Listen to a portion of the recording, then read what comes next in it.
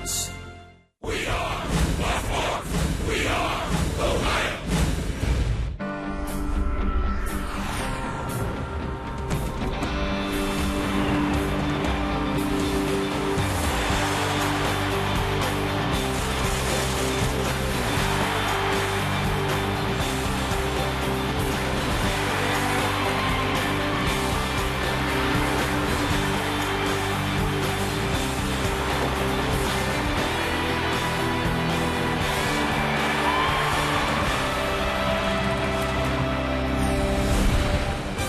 Well, it was a rainy morning, but it turned out to be a sunny evening here in Cincinnati as the Reds try to bounce back from that hard loss last night to these Cardinals. Tonight, the middle game of the three-game series, Reds and the Cardinals from Great American Ballpark.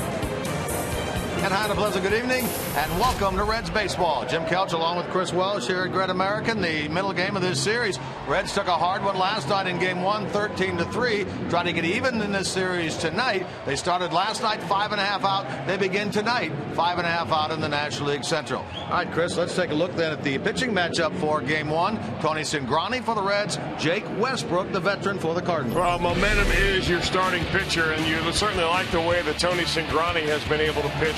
He'll face a veteran in Jake Westbrook. 15 starts on the year. He missed some time due to a sore elbow, and you wonder if maybe that's bothering him still. Two different types of pitchers, there's no doubt about it. Tony Cingrani in 12 starts, he has been simply dominating. A fastball that'll touch 96 miles an hour. He had his best start of the season his last time out. That was against the Dodgers when he went one hit in 7 innings, 11 strikeouts. Although the Reds ended up losing that ball game in 11 innings, he dominated a very hot baseball team, and you hope that he's going to be up to that kind of stuff tonight. Now, Jake Westbrook, the Reds haven't seen him since April, but what a game he threw against them then. Well, he had his only complete game of the year against the Reds back in April, and he was a guy that really could be able to move that ball around the strike zone. Now, he got bombed his last time out against Pittsburgh Pirates. He's never really pitched well against Pittsburgh, but if his elbow's bothering him, and if he can't spot that fastball, that makes the off-speed stuff, the change-up, the breaking ball not nearly as effective. So the Reds may want to take a little bit more of a conservative approach and the batter's box tonight, the same way the Cardinals did against Arroyo. Be a little patient, make the guy throw the ball over the plate. Well, the Reds picked up only 6 hits in total in the game last night. The only runs they scored, a 3-run homer from Joey Votto. We'll discuss Votto and the consistency that the Reds first baseman has shown when we come back.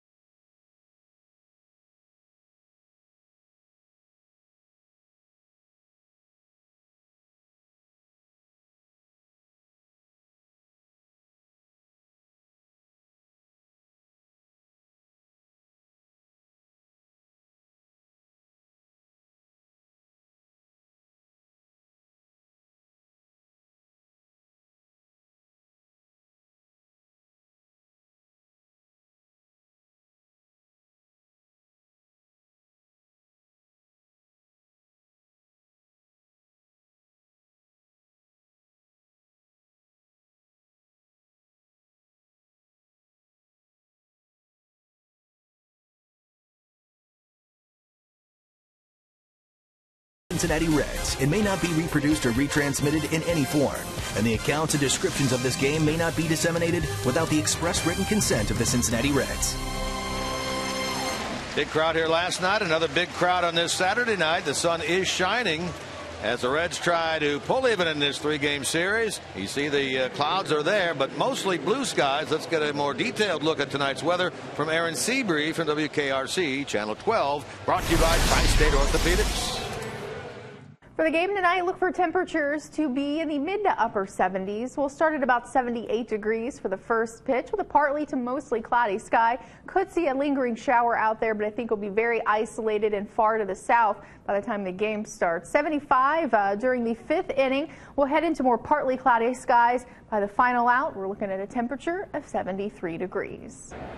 All right, thank you, Aaron. Here's Joey Votto. We talked about how consistent he has been.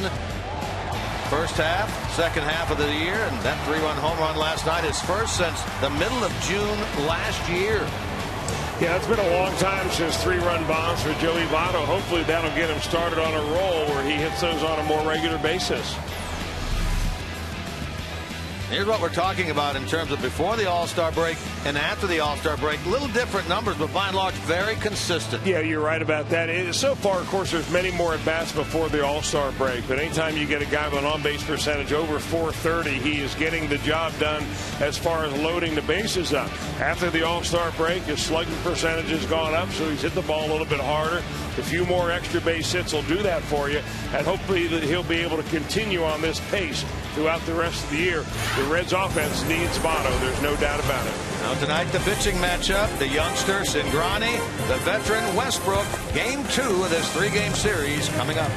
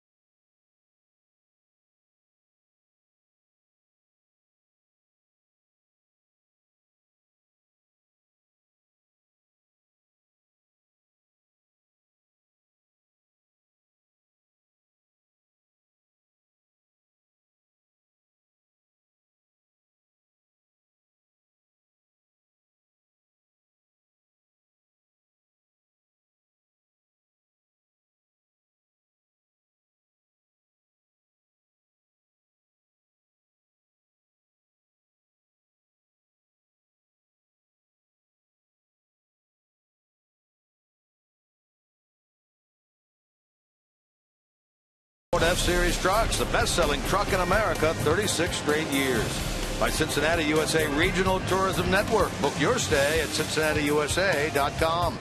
And by Skyline Chili. Feeling good? It's Skyline time. Look from across the river.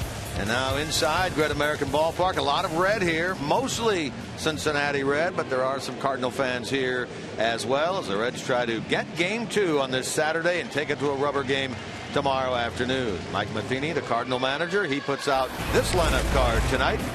John Jay, Carlos Beltran, Alan Craig, the top three. In the middle, Matt Holliday, the cleanup hitter, then David Freese and Daniel Descalzo.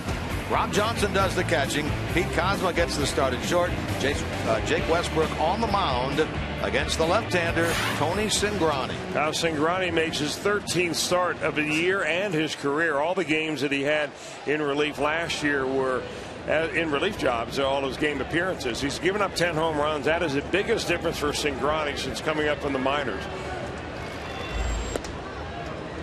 But if he's on his game, what you're really going to see out of Tony Cingrani is a high fastball, a four-seam variety that he throws right around the letters, and that'll be the challenge for the Cards to lay off it. John Jay is in the leadoff spot tonight. He's at a ball and a strike as we get underway. 81-degree game time temperature here at Great American Ballpark. Jay at .258 with 5 home runs, 44 runs batted in, had a pair of hits last night and 3 runs batted in. This is not an unfamiliar spot for him, the leadoff spot. Jay did a lot of leading off for this Cardinal team in 2012 and actually at the beginning of this year as well. Supplanted in that role by Matt Carpenter, who's out of the lineup tonight.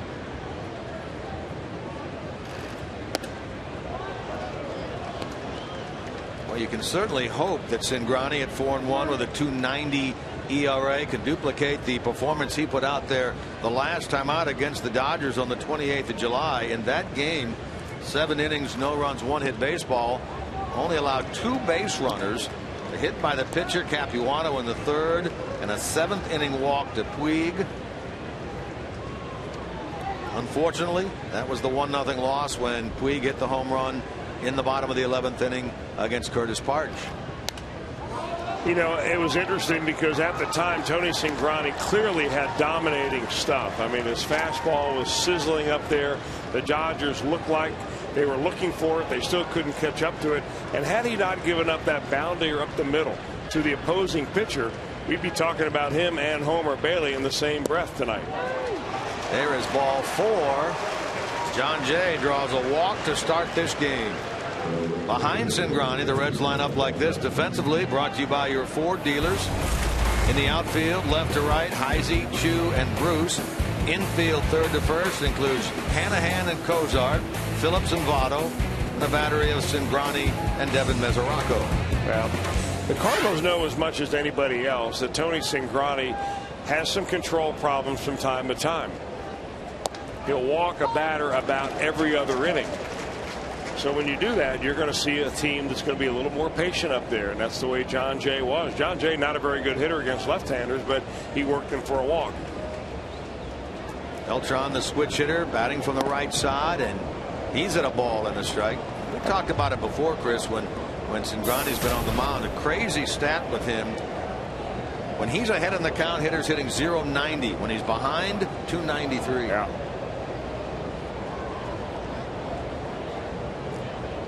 Beltran at 302 with 19 home runs, 57 runs batted in. And you say that's a crazy stat, and it is only because those numbers are so extreme. I mean, the batting average against Cingrani when he's ahead in the count is so minuscule. It's almost unbelievable. But the fact that will you give up a .290 average behind in the count, there's a lot of pitchers that can do that. All to the alley in right center field by Beltran. That'll send Jay racing toward third. Jose Oquendo is waving that arm. He wants him to come to the plate. Here comes Phillips' throw. Going to be close. And in there, as the ball bounces away from Mesoraco, is John Jay. An RBI double by Carlos Beltran. 2 batters in. The Cardinals have taken a 1-0 lead. Leadoff walk did it, and it sets it all up for Carlos Beltran. Man, oh man, he just continues to hit, and he hits Reds pitching. Finds a gap right there. Can't be traced down by Chu until the relay finally gets to Brandon Phillips, but not in time to get the hustling John Jay. Even had this throw been caught by Mesoraco, good turn there by Phillips. A little bit short hop on Mesoraco. I think Jay gets in there anyway. 2 doubles last night. Another double here tonight for Carlos Beltran. His 18th of the year, and St. Louis has a 1-0 lead. 2 batters in. They get 4 in the first last night. Now this one bounces short of the plate, over the shoulder of Mesoraco. Back to the screen it goes. Wild pitch on Cingrani. Beltran to third. You know, we've seen this with Tony Cingrani before, early in the count, early in the ball game. He just doesn't have a good feel of his breaking ball. When you throw a 55-footer like that, you really don't give the catcher a chance at all. I mean, you just try to get something in front of it, and unfortunately that something turned out to be the backstop. There's Beltran, who doubled home J to give the Cardinals the early lead, now at third. Alan Craig, like Beltran, a 3-hit game last night. He went 3 for 3, scored 3 times, drove in 3. Big blow, that 2-run homer in the 5th inning. Was his 11th home run of the year. He now has 84 runs batted in. Second in the league.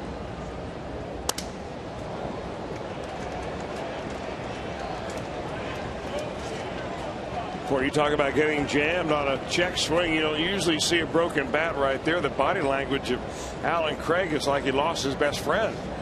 Hung his head, slumped his shoulders. That may be one of his favorite bats. As Cingrani just came right in there on his thumbs and ate it up. Watch him. Oh, not that bat. Maybe that was Wonder Boy. Let's hope so. You don't need this guy swinging a good bat, that's for sure. And he can do it.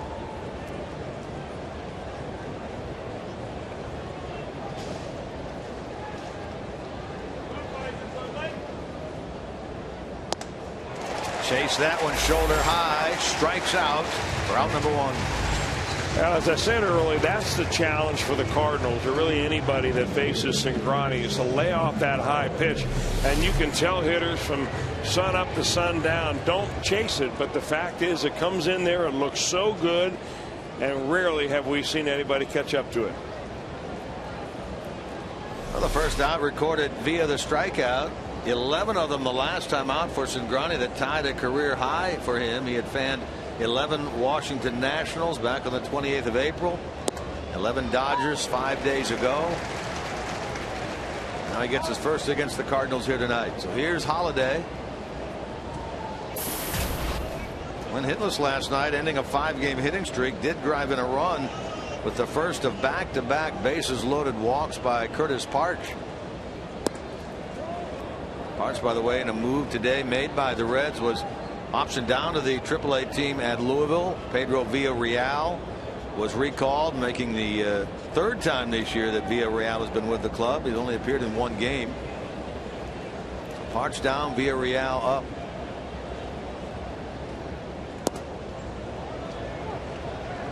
Two and one now to Holiday, who starts the day at 275. 13 home runs. He's driven in 52. A couple of home runs against the Reds this year. Not a player in this Cardinal lineup tonight that has had an at-bat against Cingrani in his career. The only 2 Cardinals on the roster that have hit against Cingrani are Matt Carpenter and Tony Cruz, and neither are in the lineup tonight. Cingrani made that relief appearance 2/3 of an inning, the final game of the regular season last year over in St. Louis.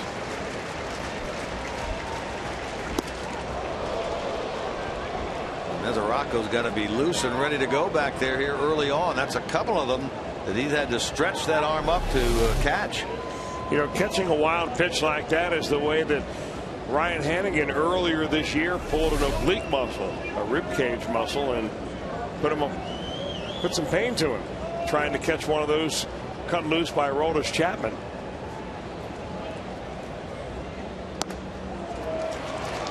And a Holiday walk is the second of this first inning by Tony Cingrani. So it's first and third with 1 out. David Freese, a double play candidate, walking to the plate. Well, you know, it seems to me that right now Cingrani, and just look at his body, he's standing on the mound, he's waiting, he just can't wait for that batter to get in there. This is the time when he needs to take a couple of deep breaths. Take a little walk around the mound, pick up the rosin bag, maybe try to break up the momentum a little bit if you're Devin Mesoraco. You've got to get this kid back and breathing and focus a little bit more.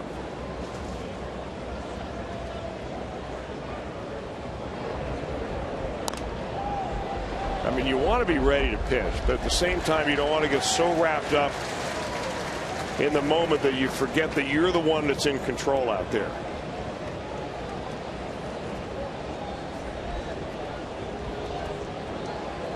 That first pitch foul back, I think it looks like it relaxed him a little bit. Well, you always see him taking the big, deep breath. There you see it. He'll calm himself down.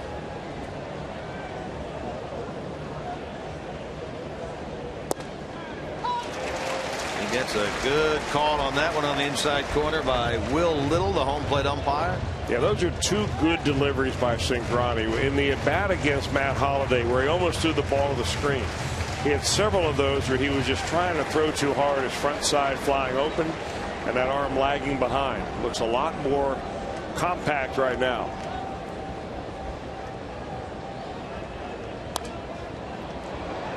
In the air, and Votto will give it a look. It's out of play.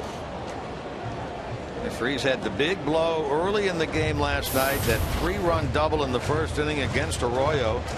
He had been having a terrible road trip, 4 for 24, but that blow made it 3-0 at the time. Reds didn't score until the Cardinals had put 12 on the board last night. Short lead by Holliday. Freese has hit into 17 double plays this year, 3rd most in the National League.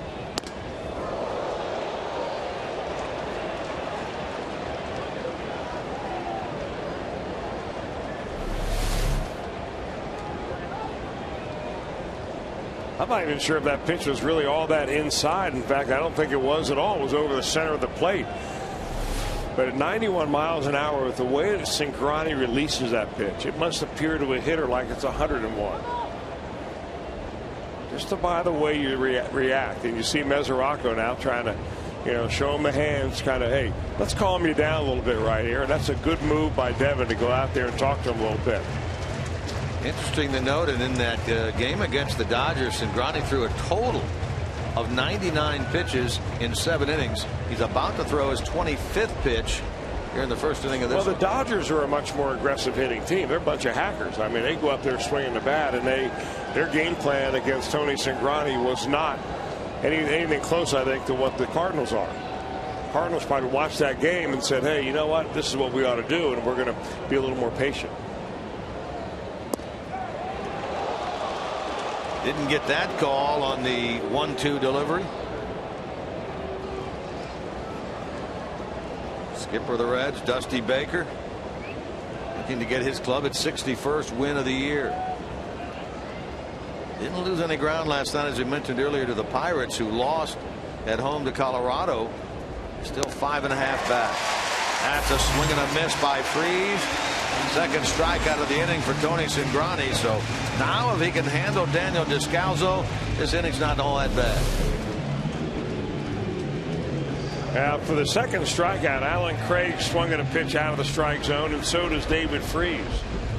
We talk about it, and that's one of the things that happens with Tony Cingrani's fastball. Interesting matchup here, though, when you consider it overall. Tony Cingrani's opponent batting average with runners in scoring position is one of the lowest out there at 106. He's facing a team tonight in the Cardinals who are resetting the record books, really, with a team batting average, runners in scoring position at 337. Something's got to give between those two.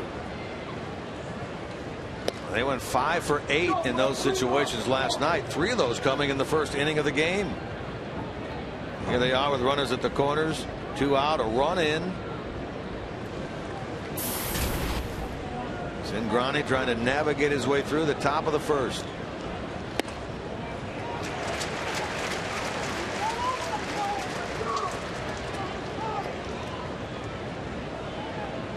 Cingrani been in and out of the rotation 3 different times this year, all due to the injury to Johnny Cueto.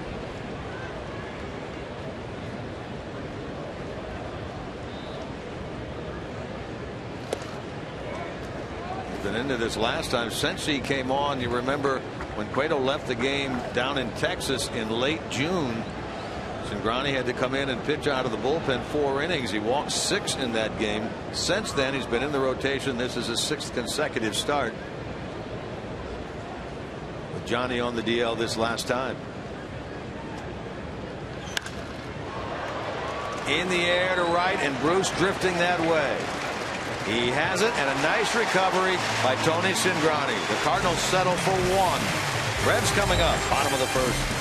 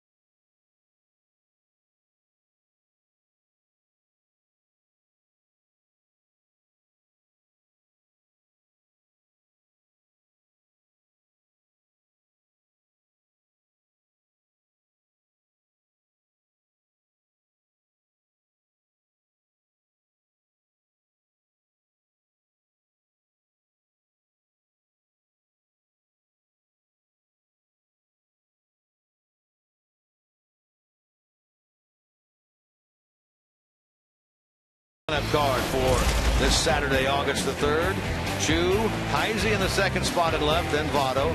Phillips, Bruce, and Hanahan gets the start at third. Then it's Cozart, Mesoraco, and Tony Cingrani against the veteran half of the rookie-veteran pitching matchup tonight, Jake Westbrook. Well, he's a veteran, all right. He was originally drafted by the Colorado Rockies back in 1996. First-round pick back then. He's got only 15 starts because he's missed some activity this year with a sore elbow. But he's pitched one very good game against the Reds back in April. Got knocked around his last time against the Pirates. Not an overpowering pitcher at all. In fact, Westbrook will throw his fastball in the mid-80s, maybe reaching 88, occasionally 90 miles an hour. He relies on that sinker to get a lot of ground balls. So his career record there, 105 wins, 100 losses, and this is 310th major league game, and this is 13th year in the big leagues. Mentioned that last time out against the Pirates, 4 runs, 4 hits in 5 innings. Things really haven't gone overly well for him since coming off the disabled list. Chu down quickly, 2 strikes. He's a .284 with 14 homers, driven in 33. On base twice last night. On base, in fact, when Votto hit that 3-run homer in the 6th. He was 1 for 2.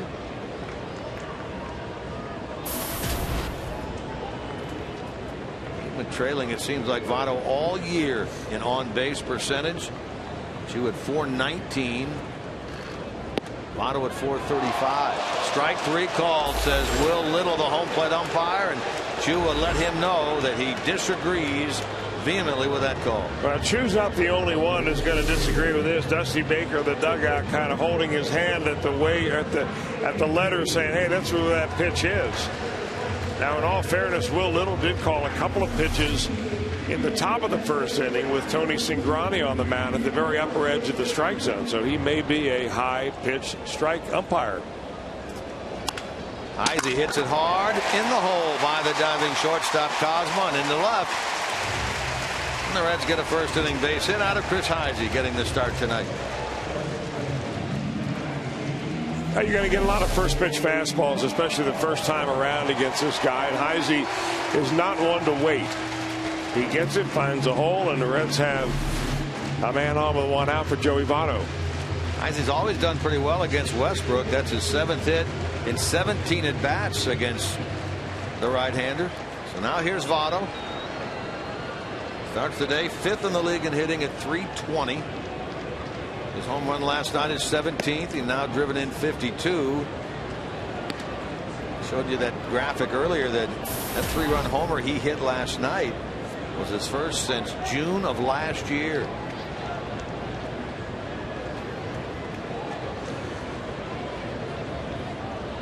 In addition to those 2 hits he had last night, he walked twice. So while he was in there, 4 plate appearances, 4 times on base. In fact, he can go back to the 2-run double he hit in the 7th inning on Wednesday in San Diego. He has been on base in each of his last 6 plate appearances.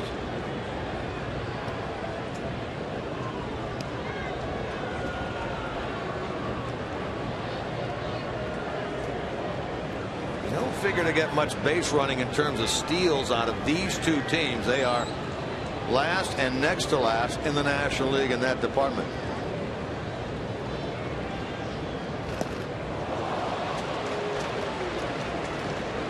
And that really should tell you the state of the stolen base as it relates to wins in Major League Baseball nowadays. I mean, you've got the Cardinals, one of the best teams in all of baseball, with hardly any stolen bases. The Reds don't run very much, yet they're way above 500, and right now they've got playoff spots locked in. Cardinals, in fact, have the fewest not only in the National League but the fewest in the major leagues, and up until a few days ago had the best record in the big leagues. Gets away from Johnson. That'll send Heisey to second. He had thoughts about possibly going over to third. Rob Johnson making his first Cardinals start here tonight. Now, this is something that Cardinal fans are simply never used to seeing, not with Yadier Molina behind the plate. A little different deal, though. That ball was way wild. Johnson reached for it, just didn't anticipate that kind of action on the baseball. And we saw Tony Cruz back there last night. He'll get the bulk of the playing time. Rob Johnson recently called up from AAA Memphis. He's 31 years old, veteran, been around a little bit.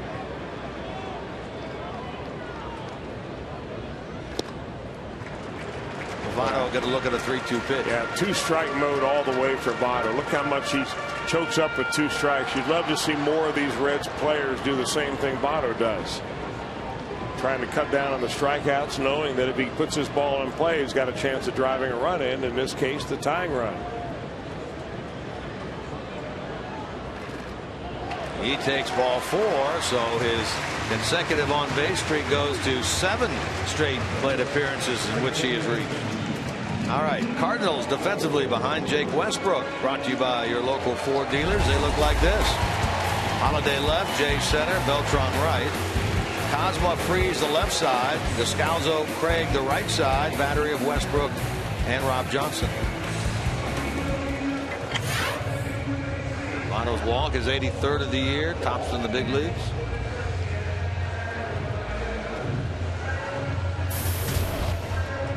Here's Brandon Phillips. Now, this is a dangerous situation for Cincinnati fans in terms of Phillips and ground balls.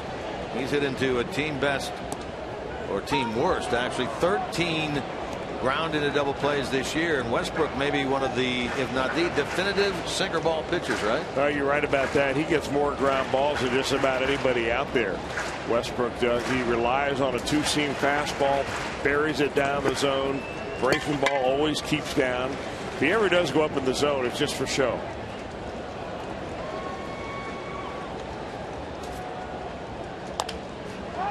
Slowly hit toward third. Bare hand pick, Freeze. In and out at first base.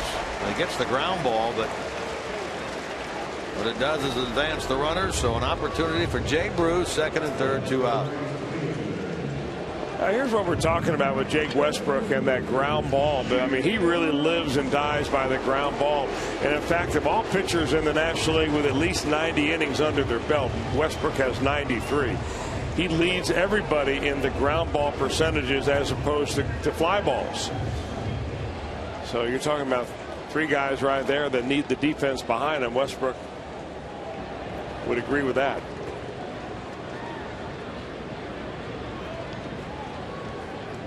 Here's Bruce. Hitless in the game last night, 0 for 4. Starts the game at 276, 22 long ones. 74 runs batted in for Jay, which is 4th in the National League.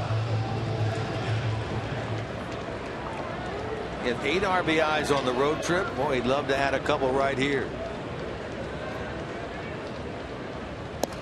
You know, with Westbrook, who likes to pitch down, and you have Cingrani, who likes to pitch up, the hitting coaches on each of these teams are telling their hitters the exact opposite. The Reds are telling their hitters, Jacoby's telling everybody on the Reds team, make him get the ball up, and John Mabry's telling Cardinal hitters to make him get the ball down.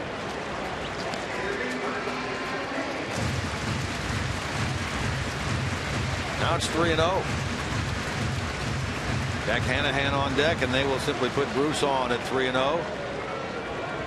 This goes down as an intentional walk, and the bases are loaded for Hanahan.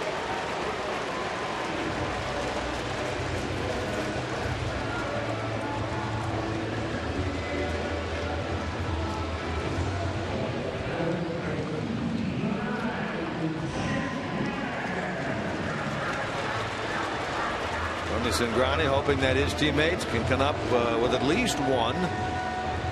Square things here in the bottom of the first. Jack Hanahan getting a rare start tonight, only his 15th of the year at third. His first since the second game of that doubleheader out in San Francisco a week ago. A week and a half ago almost now. And he takes ball 1 low. Hanahan hitting .212 overall with 9 RBIs.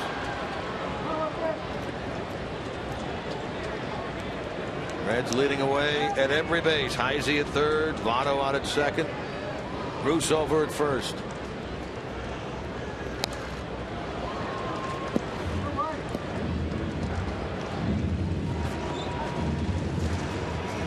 Reds have been a pretty good team this year, hitting with the bases loaded. Plus 300 average at 309. Hanahan himself 1 out of 3 in that department.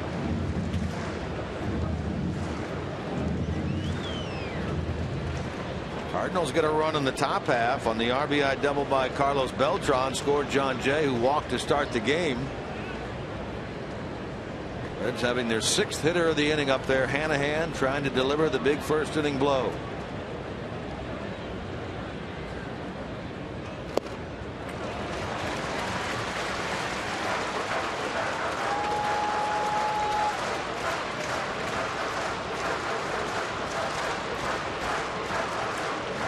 Cingrani threw 30 pitches in the first.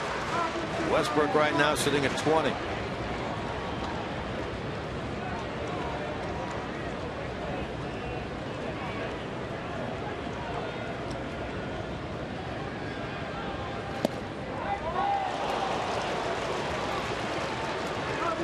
Will Little is calling him high, and he's calling him low.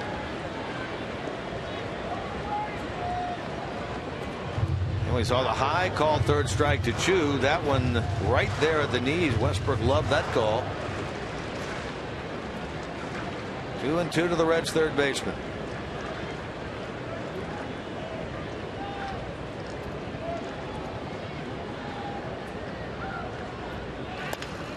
Into center, base hit. Heisey scores to tie it. Here comes Votto racing home. He scores standing up. 2-run single for Jack Hanahan, and the Reds lead 2-1.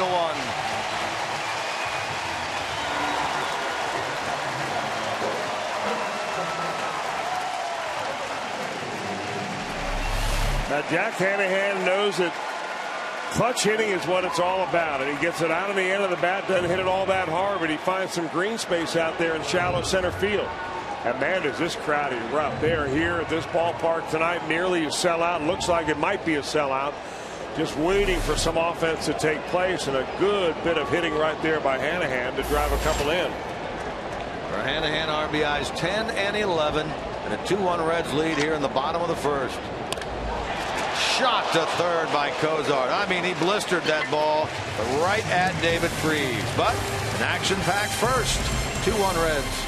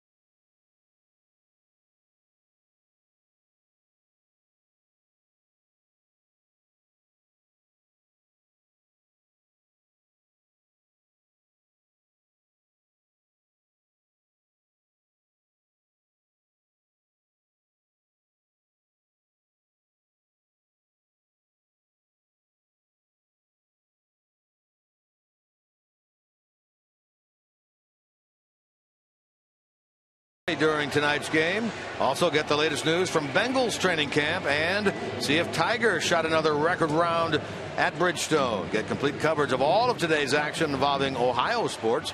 Brought to you by 1-800-SAFE-AUTO. Drive safe, spend less. 2-1 Reds thanks to the big 2-run single in the center by Jack Hanahan. So the move to get the lefty hitting third baseman in there against the righty Westbrook pays off for Dusty Baker and company. Back to work goes Tony Cingrani against the bottom three in the Cardinal order. Rob Johnson, Pete Kozma, Jake Westbrook.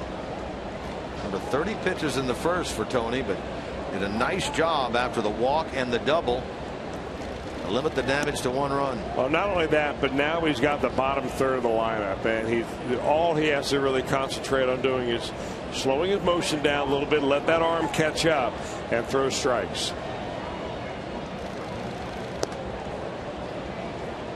You know, when you're up and away like that with Tony Cingrani, and every pitcher goes through this, some more than others, it means that your body's going faster than your arm. You got one of two choices. You slow your body down or you speed your arm up. Well, he falls behind the light hitting Johnson, who's 2 for 7 since coming up from AAA, where he was in only 236 down there at Memphis, 3-0. This is a guy you want to go right at.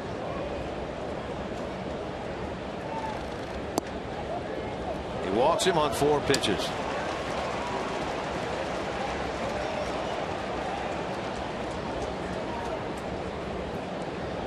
Let's go to Los Angeles for a Fox Sports 1 game break.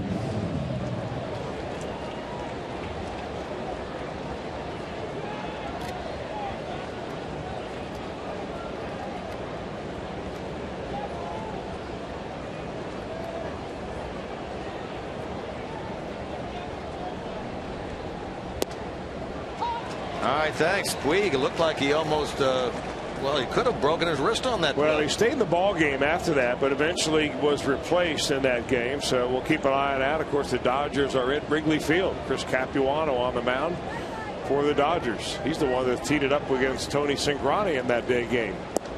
That victory by the Dodgers, they won yesterday to equal their all-time franchise record of 12 straight road wins. That victory today at 3-0, a new Dodger record.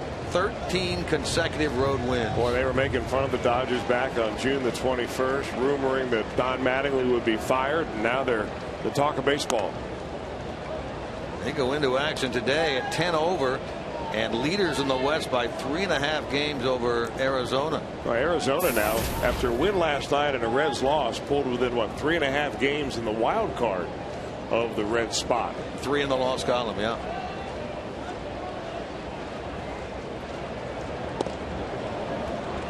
Kozma takes that ball high. Arizona playing at Boston tonight.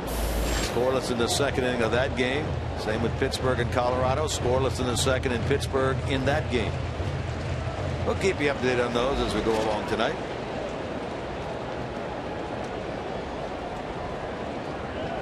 Kozma didn't start last night. Did get into the game late. Now work the count to 3-2. Yeah, this is not the same Tony Cingrani that we saw last week in Los Angeles. He's obviously struggling a little bit with his release point, just not in the windup. He doesn't have the good flow in his windup right now. Got to stay stubborn with it. Keep working at it.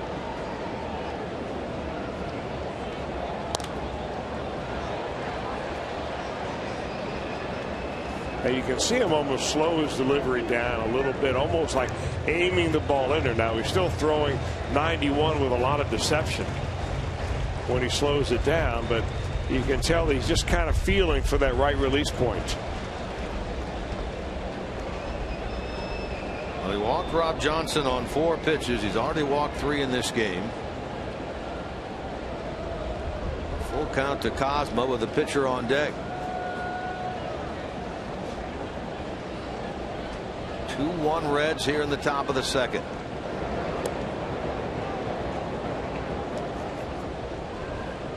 Cingrani has 3 picked off. He also has 3 pitcher caught stealings. Rob Johnson down there saying, hey, I'm going nowhere. But you just never know.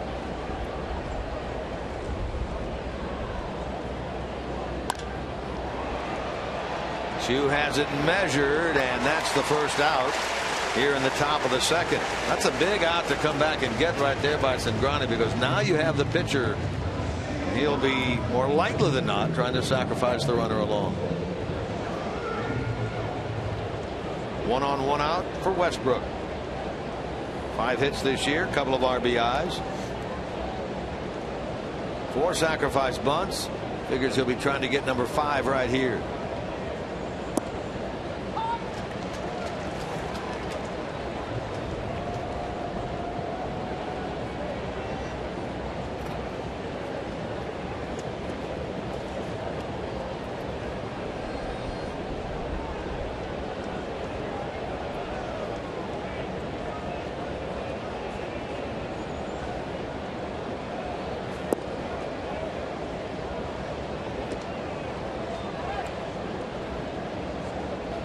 Johnson now 30 years old at first base, and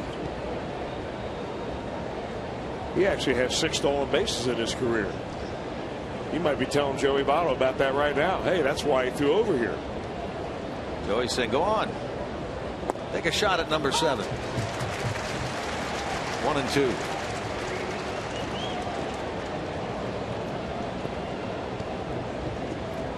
Chris Maloney is their first base coach, longtime Cardinal manager and coach in the minor leagues. The longtime first base coach here in the Tony La Russa days was Dave McKay. He's now the first base coach with the Cubs. Did Chris Maloney ever coach in Louisville? Yes, he did. Bunt foul, and Westbrook a strikeout victim.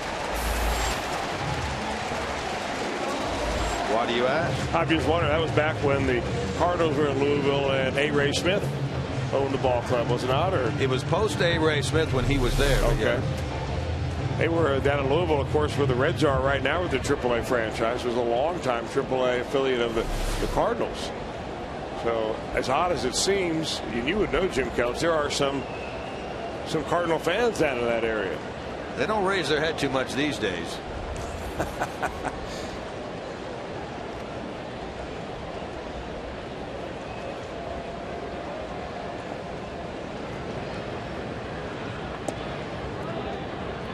Now it's Jay with a runner on and 2 out as Westbrook becomes the 3rd strikeout victim of Tony Cingrani tonight with that bunt attempt and a foul.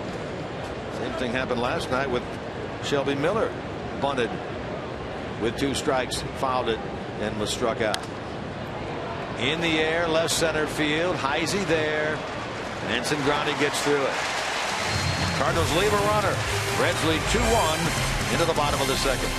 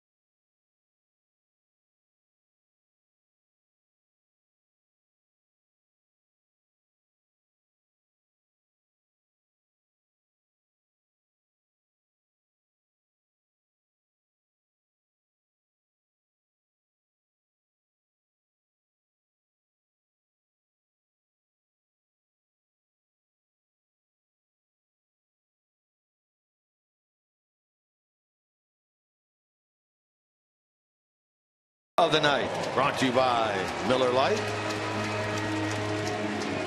And look at tonight's Ohio Lottery Powerball jackpot worth $290 million. The drawing is at 11 p.m. Ohio Lottery Powerball jackpot sitting at $290 million. Mesoraco leads off the bottom of the second. Devin batting eighth. He had the second hit of the game last night for the Reds. It didn't come until the fifth inning. Shelby Miller gave up the hit to Chu to start the bottom of the first, and then it was Mesoraco in the fifth who had the next hit. He flies out here to Beltran and right to get the bottom of the second going.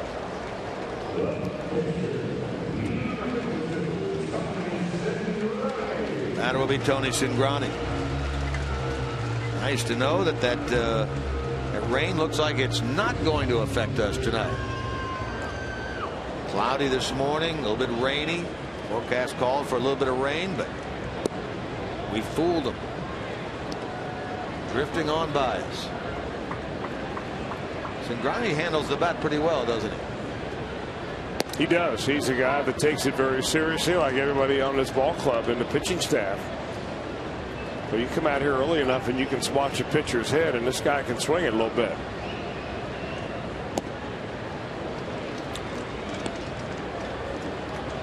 I mean, he touches up Porky Lopez just about on a daily basis. Porky likes that. And a strikeout. He likes when those pitchers hit that ball all over the ballpark. Second strikeout for Westbrook. Back to the top of the order we go, and Shin-Soo Choo. Choo said after the game last night that left ankle was feeling much better. He said, I'm not 100%, but then again, who is during the course of a 6-month 162 game baseball season?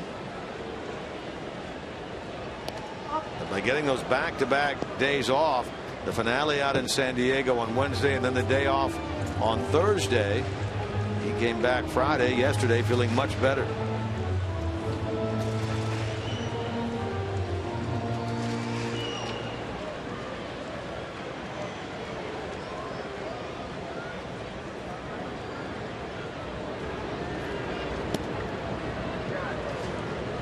Big differential in splits for this guy. Shin-Soo Choo versus right-handers versus left-handers versus righties. He has the second best average in the National League at 338. Of course, his left-handed numbers under 200. He'll fly out here to center to Jay, and that ends the bottom of the second.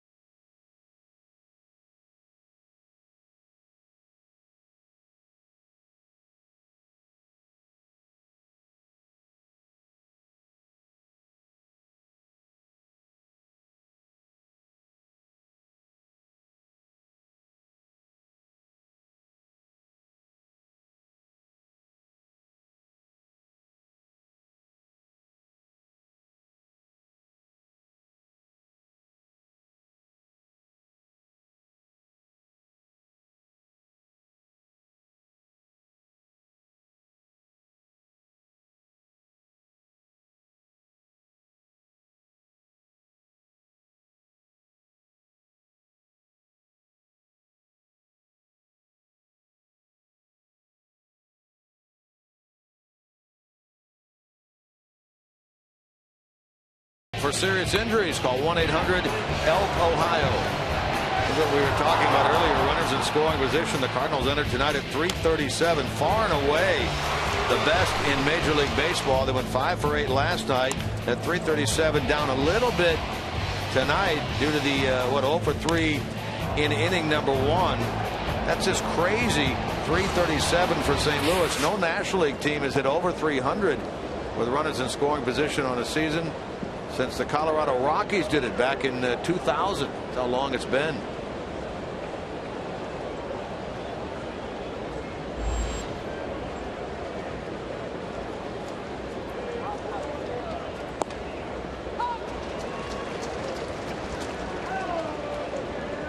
Beltran, Craig, and Holiday here in the top of the 3rd.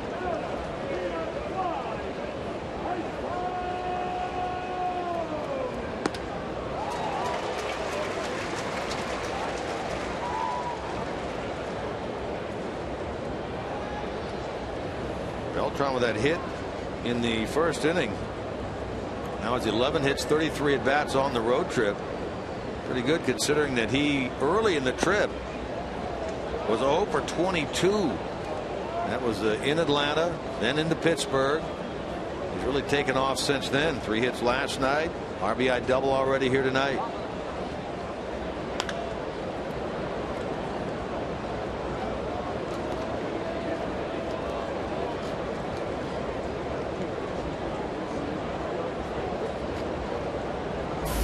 Alan Craig waits on deck.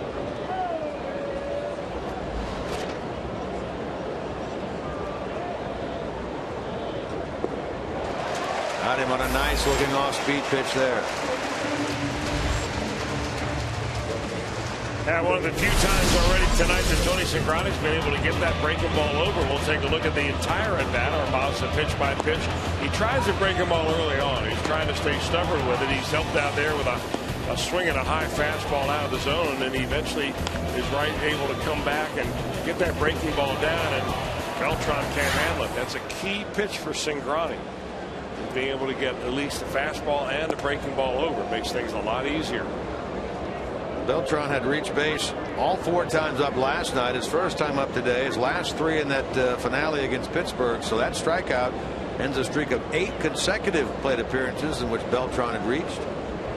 And for the first time in this game, Cingrani gets the leadoff man. He looks a little more composed this inning. Maybe it's the fact that he has, 55 pitches under his belt.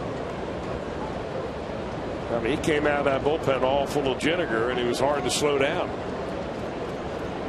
Vinegar, do you buy that at the local store? I don't know. The only reference I've ever heard of that was Frank Howard, and when he managed the San Diego Padres just to walk up and down the dugout, come on, boys, let's get a little vinegar. Never knew what that was, but sounds good. Walk up and down the aisles and never find a bottle of vinegar.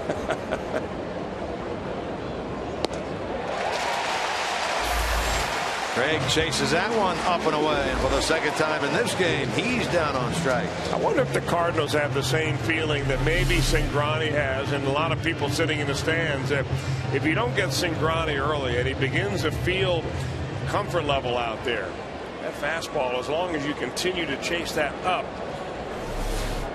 and Craig has done it twice, both for strikeouts, it's going to be a tough night for you. Now the young left-hander looking for a 1-2-3 inning.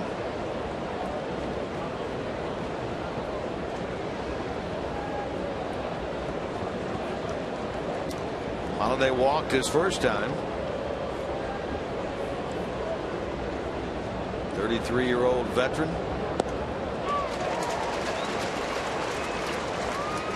He returned from the disabled list with a right hamstring strain a week ago today.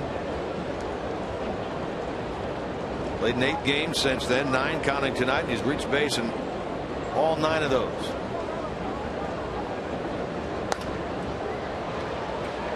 Now Cingrani gets ahead of the Cardinal left fielder, 1-2.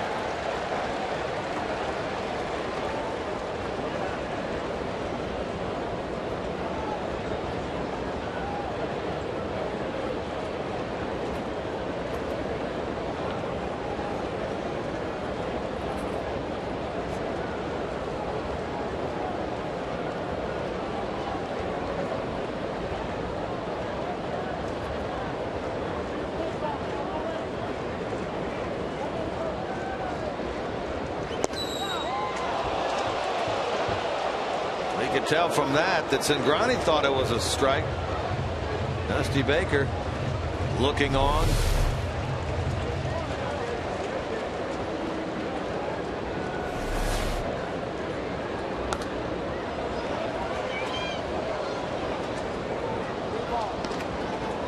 Well, these two teams adjusting to the ball and strike calls of one Will Little, umpiring behind the plate tonight.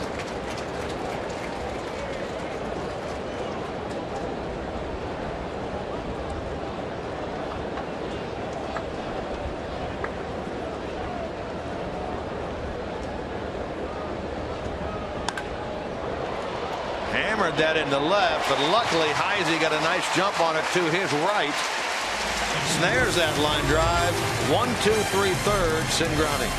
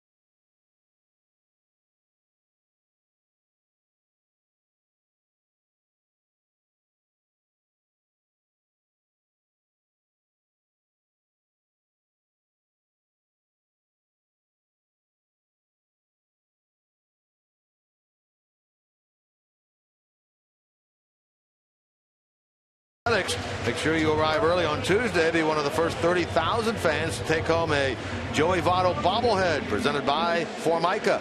For tickets to see the Reds and the A's, call 513-381-REDS. Visit select Kroger locations or log on to reds.com/tickets. 2-1 Reds, bottom of the third. Heisey a base hit in the left his first time. Leads things off. Little check swing jam shot there, and he is out pitcher to the first baseman. So one pitch, one out. Reds third inning. Yeah, he's been up twice. He's seen two pitches, a single, so he's 1 for 2. He's in a hurry to get a decision. Chris Heisey is. Well, 3 innings. The leadoff man has been retired all 3 times by Jake Westbrook. Joey Votto drew a walk his first time. 7 straight plate appearances in which he has reached base. Tries to extend that right here. Votto lifetime against Westbrook pretty good. 5 out of 15 with 8 walks. Counting tonight.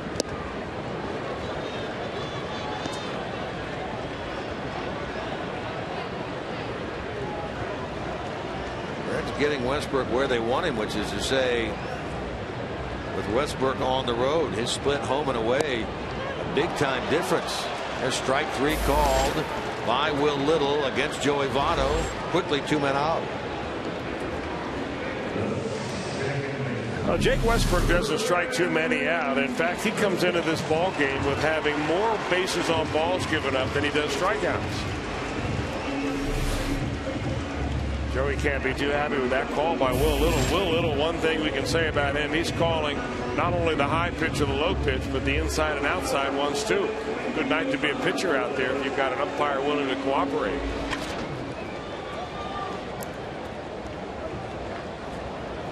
His strikeout season high for Westbrook is 6. He struck out 6 Pirates back in April. Since he came off the disabled list, he has struck out no more than 2 in a game until tonight.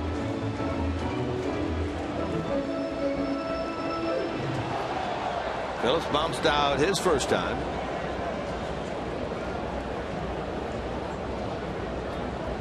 Ian Westbrook, teammates as members of the Cleveland Indians back in 2002 through 2005.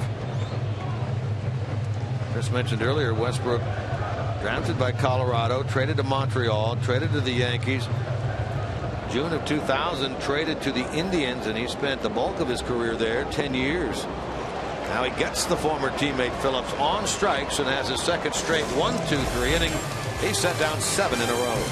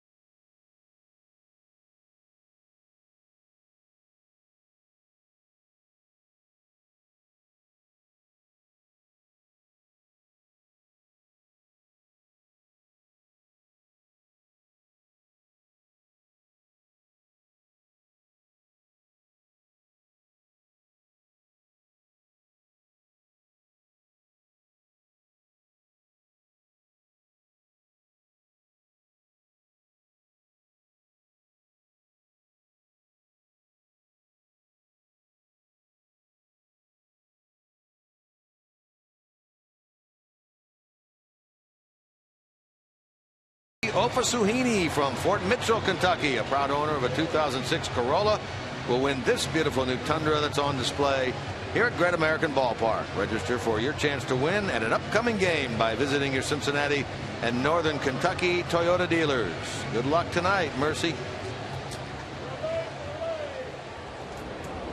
2-1 game through 3 here at Great American Ballpark.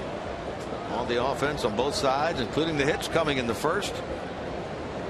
6 in a row set down by Tony Cingrani as he works to David Freese, who shoots this ball hard toward the alley in right center field. It goes off the base of the wall on the fly, and Freese on the first pitch of the fourth glides in the second with a leadoff double. 18th of the year for David Freese. David Freese has always been the type of hitter, right-hander that likes to use that right center field gap, and he just gets a pitch early and up in the zone, and man, that ball is just hit just the way David Freese practices it in batting practice. You come out and watch him hit, he just peppers that right center field wall. Former National League Championship Series and World Series MVP David Freese now stands out at second base to start the fourth. Cingrani works from the stretch. Scalzo wants to bunt the runner along. He will get that done. Cingrani to Votto, and the sacrifice goes 1-3. So the Cardinals have the tying run at third with 1 out.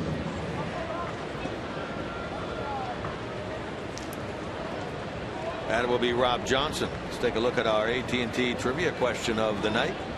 What former Reds pitcher was the starting pitcher for the Cardinals in Tom Seaver's no-hitter?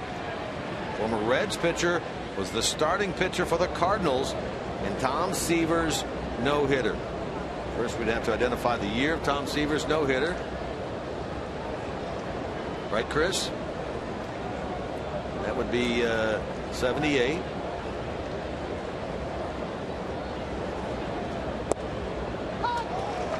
Strike one to Rob Johnson. Former Red, started against the Reds that night. For the Cardinals, Tom Seaver threw his no-hitter.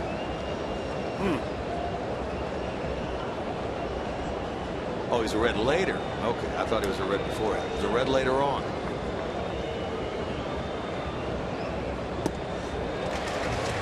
Quickly down now, this time 2 strikes after walking on 4 pitches his first time, Rob Johnson. Before your era, before your time. Yeah, but still, I was a huge Reds fan back those days. I could probably, it's a kind of question that if you were around back in those days, you might be able to figure out. So he pitched for the Reds after that, after 78.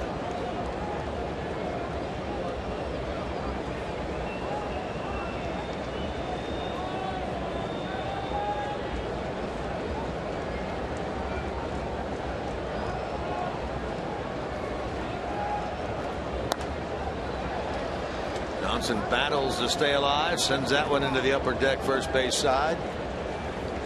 Well, you're right. I don't see an empty seat anywhere to be had here tonight at Great American Ballpark.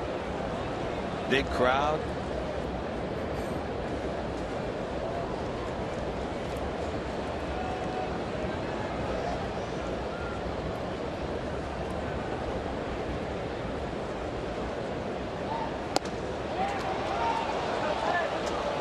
Tight one there. Tony does not get the call. Evens the count at 2-2. Of course, fans come out to the ball game tonight knowing full well that Tony Cingrani has more strikeouts than innings pitched. Came in at tonight's ball game 90 punch-outs in 77 innings. They're thinking about maybe another pizza night. Thinking about back-to-backers, aren't they? Popped him up. Won't get the job done for St. Louis. Does get the job done for Tony Cingrani and company. That is out number 2. Swing for the fences with the new Home Run Derby mobile game from MLB.com. Choose one of 32 Home Run Derby competitors, including everyone from the 2013 Derby. Arcade mode brings high-impact thrills as you compete for the highest score in a Derby mode that recreates the authentic Home Run Derby experience. Download MLB.com's Home Run Derby game for free today. Just think, not next July. July of 2015, the Home Run Derby right in this ballpark. That's something to think about. It may be a record-setting night in terms of time to get through the Home Run Derby in this. No, you're right about that. They may have to order another pallet of baseballs. That'll be something, won't it?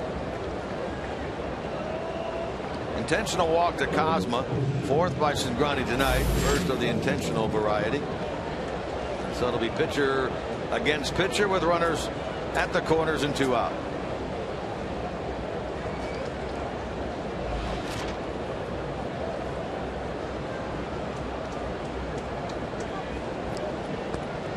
Westbrook tried to bunt his first time, bunted a 3rd strike foul. Was out of there. Cingrani tries to put him away here to keep the Reds in front in the middle of the 4th.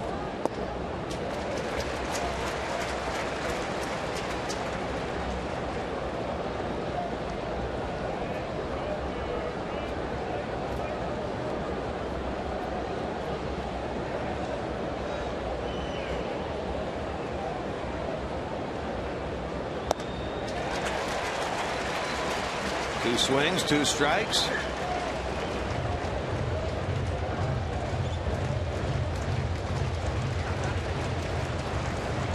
Westbrook, a career 131 hitter, came in tonight hitting 200. Cingrani looks to put him away. And he does. He is out trying to bunt with 2 strikes right into the glove of Mesoraco. Inning over.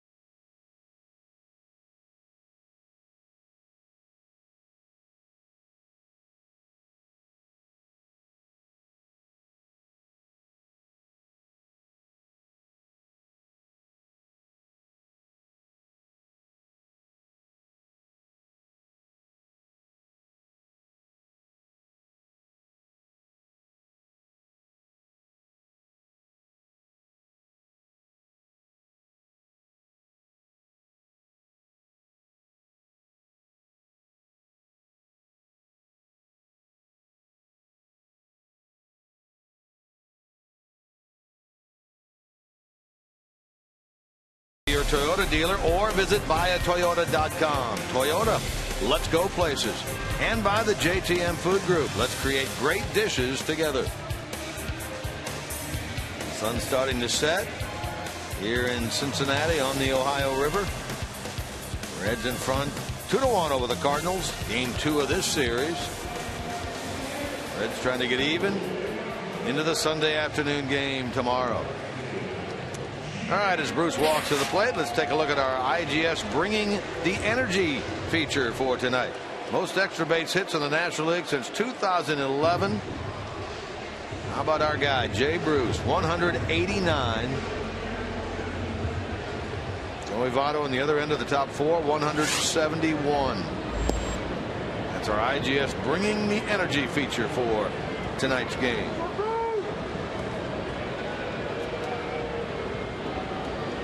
Bruce 54 extra base hits this year. That's second in the National League. He quickly gets behind 2 strikes, drew an intentional walk at a 3-0 count his first time.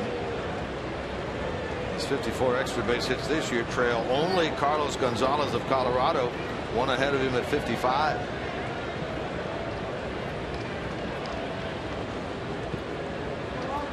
Yeah, Bruce got a first pitch changeup in this at bat. And that was another changeup right there that Westbrook tried to make him chase. You know, when you face Jay Bruce, you have to make a decision whether you want to try to move the ball around in the strike zone or you change speeds. And Westbrook actually tries to do both. Knowing full well that his fastball is not fast enough to get it by Jay Bruce. He's thrown 3 out of 4 pitches or changeups. I mean, in that respect, Jake Westbrook is kind of like the Cardinals' Bronson Arroyo. Not as durable as Arroyo. Certainly not having the kind of season from an ERA standpoint. Hard the other way by Bruce, but Holiday got a good jump on that ball and right in front of the out-of-town scoreboard, hauled it in. Well, they played Jay Bruce very deep. Respect his power to all fields.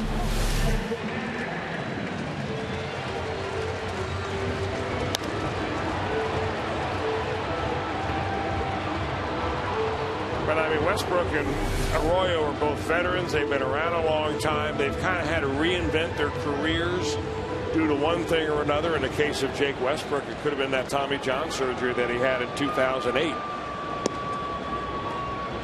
That's when he was a member of the Indians organization. Originally grew up in Georgia. Came from Athens, Georgia. Went to Madison County High School where he pitched 5 no-hitters in a perfect game. How about that?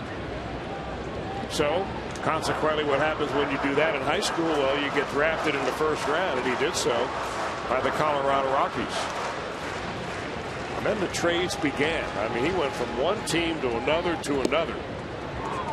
It's like the next team wanted him more than the first team did. Traded to the Expos for Mike Lansing. Traded to the New York Yankees in exchange for Hideki Irabu. Remember that name? I do remember that name. He had pinned on him the greatest nickname ever by an owner of a player. Which was? The Fat Toad. That would be the boss, right?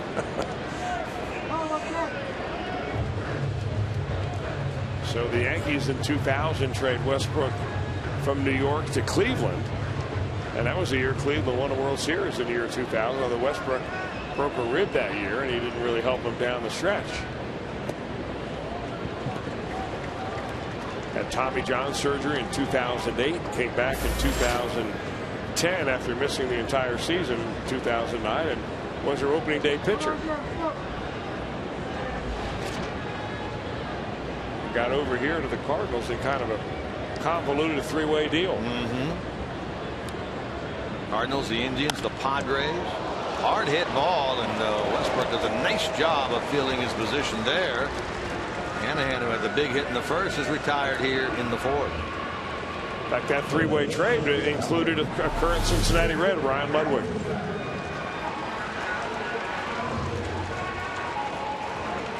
Funny game of baseball, isn't it?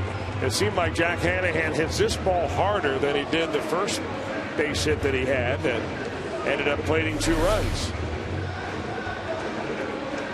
And that was the beginning of that journey by Ludwig, which led him ultimately here to Cincinnati, St. Louis, San Diego, Pittsburgh, Cincinnati.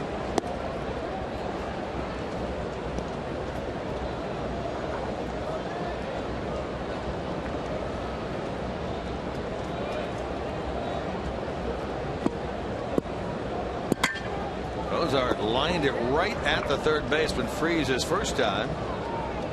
Match here with 2 men out.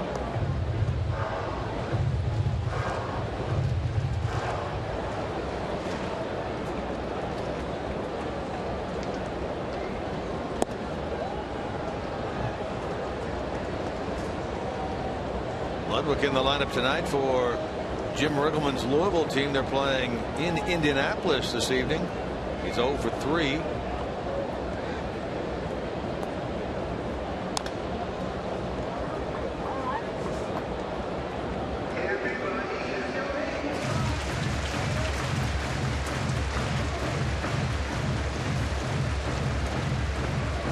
Neftali Soto, whom we've seen up here a couple of times this year, 2 for 2 in that game tonight for Louisville.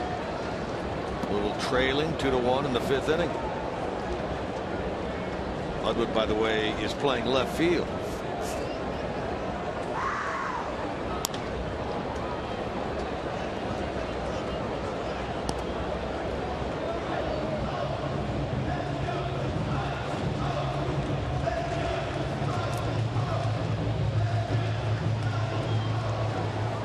Westbrook trying to make it 10 in a row. Reds haven't had a base runner since the hit by Hanahan in the first.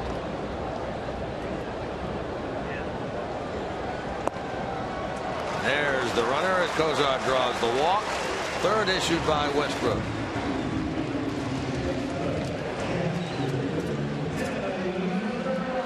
I've been mulling over that AT&T trivia question, so let's get right at it. Look at the answer. What former Reds pitcher was the starting pitcher for the Cardinals in Tom Seaver's no-hitter? There it is. John Denny. June of 1978. Started for the Cardinals, later a Red. You wrote that down. I did write that down. I wrote it down. I did not look it up. Mesoraco shoots this ball to left. 4-1 Reds.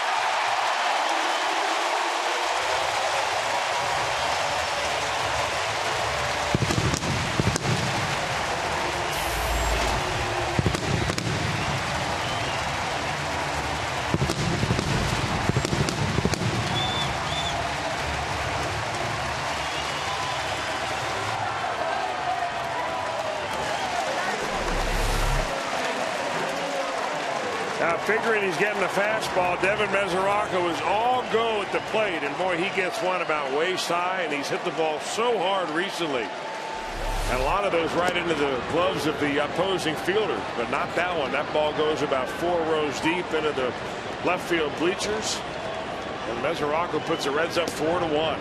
Big blow right there. 7th of the year for Devin Mesoraco. That just goes to show you what a 2-out walk can do to a pitcher.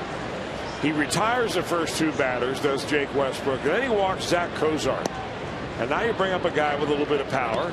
You make a mistake pitch, and in a matter of about 5 or 6 pitches, all of a sudden you give up a couple of runs, and your team's down by 3. Good job by Mesoraco to stay right on a pitch that he liked. It just mentioned that Westbrook was trying to get his 10th consecutive batter. He loses Cozart, and then the home run ball. Johnson will throw out Tony Cingrani. The inning comes to an end, but Devin Mesoraco, his 7th home run of the year. The Reds lead 4-1.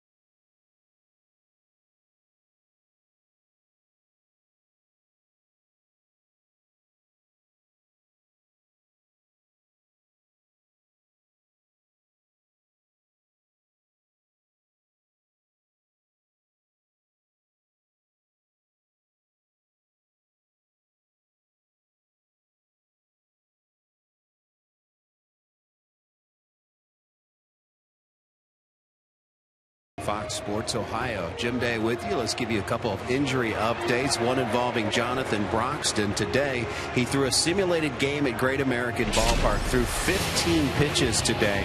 Now, what they want to do, this is the final stages of his rehab. They want him to throw on back-to-back days.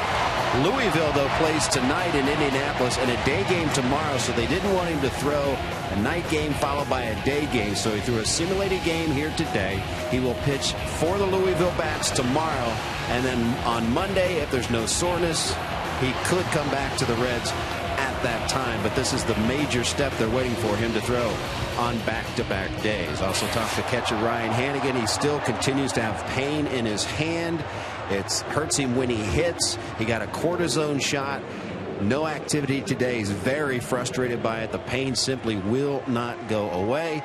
And another update for you, Ryan Ludwig, who is rehabbing with the Louisville Bats. 0 for 3 so far tonight. He has been struggling to get some hits, batting .068 right now. Guys? All right, thank you, Jim. Boy, that's good news about Broxton. He's been on the DL since the 15th of June, isn't it? Yeah, I sat up here and watched him throw that, and I wasn't down at the cage, but it looked like he was pain-free, and that's the first step. I mean, you know, his control obviously is an issue yet. You're getting up the game speed, getting his breaking ball over, and so on. But the first thing you've got to do when you've been sidelined as long as Jonathan Broxton is be able to go out there, pitch a little bit, come back the next day and say your arm doesn't hurt. So that Louisville team will play again tomorrow in Indianapolis, and Jonathan will go up there. Good to know that even if Louisville's on the road, they're still only 2 hours away, so Broxton will join that Louisville team tomorrow. Now, regarding Ryan Hannigan, I also had a conversation with Paul Lassard, the trainer of the Reds, and he said that, as Jim mentioned, he did get a cortisone shot in the top of that left hand. Going to wait a couple of days and then start to swing again and see how it feels. And if everything goes well, at some point next week, maybe a decision would be made regarding Hannigan as to whether he would simply be activated here or if he may end up going out on a rehab. We'll have to wait and see. So good news on all those fronts. You say, well, he said that Ludwig wasn't hitting the ball well. And the fact is that he is playing and playing without any issues in terms of pain in that right shoulder. That's a positive. Yeah, that's a positive too, right here with a fastball pretty much right down Broadway from John Jay. And Jay, you just can't pull the trigger sometimes, and that's the way Tony Cingrani's fastball just sneaks up on hitters. He kind of has a slinging action to it, kind of an unusual arm slot, and he really never gives the hitter a good look at the pitch. I mean, at the baseball. From the time that he breaks his hands out of his glove, he kind of hides the ball behind his body, and the hitter doesn't see it until it's already coming out of his hands. Gives him a little bit of a look, I guess, when he swings it behind his body, but it's enough of an awkward timing release that hitters have a hard time getting on top of that high heater. I hear you use the word, it makes sense to me. It's slingshot almost like that. It's funny, when he was down at Rice University, and we've told this before, he was a closer down there, but after one of his early years at Rice, I think it was his junior year, he had a scholarship, and he had such a bad year that he went to the coaching staff and said, do you want the scholarship back? Do you want me to quit? And they said, no, we like you, Tony. We're going to continue to work with you. And at that time, the pitching coach took him and they began to shorten his arm delivery a little bit. And he's described this to me. It was really long and behind him. As he kind of brings it back behind his body now, it was really long and really late. And all of a sudden, his fastball jumped from about 84 miles an hour up to over 90 miles an hour. Right here is that arm swing right there I'm talking about. And if that gets too long, your body gets ahead of your arm and it never really catches up. But he's got it under control now. And from the time that he first signed a professional contract with the Reds, he just dominated minor league pitching, or minor league hitters, all the way even through AAA last year and then this year.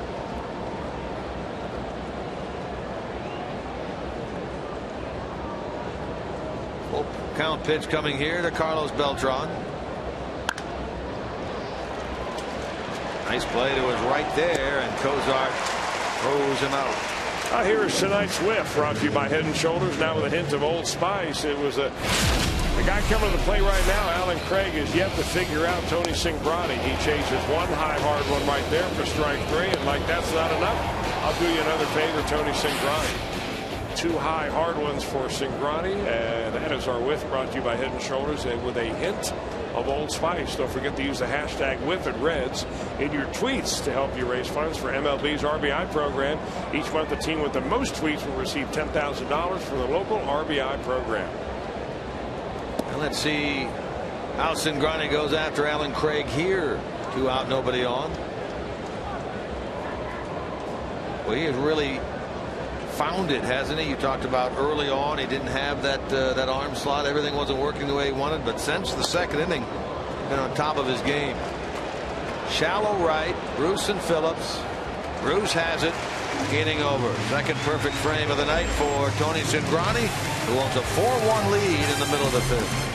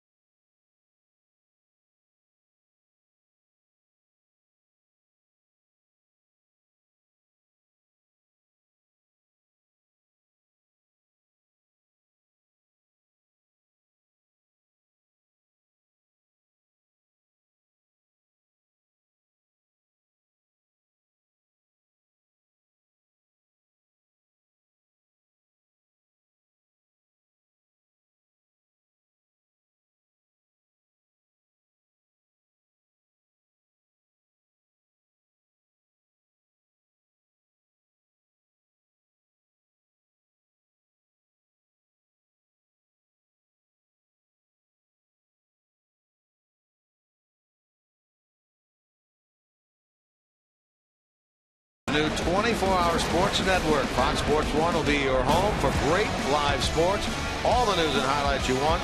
Shows and specials that only Fox can bring you. America's new sports network, Fox Sports 1, coming August the 17th, 2 weeks from today.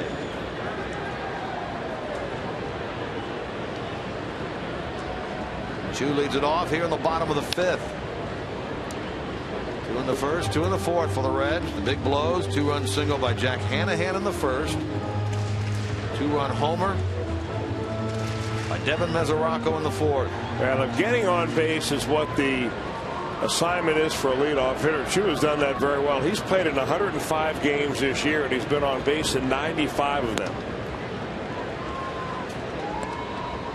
In that one little stretch where he really wasn't doing much, but he bounced back very well from that. He had a 16-game hitting streak, the longest by a Reds player this year.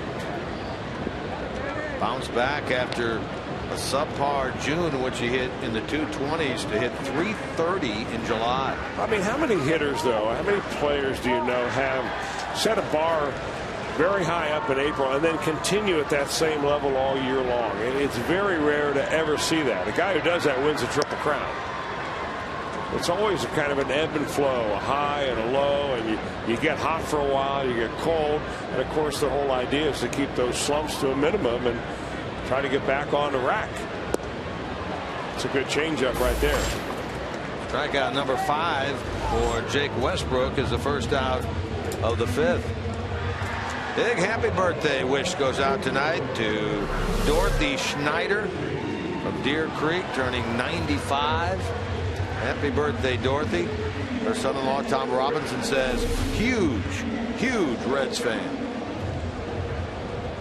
That's what we like to see. Heisey caught a breaking ball, hit it hard, but right at the center fielder.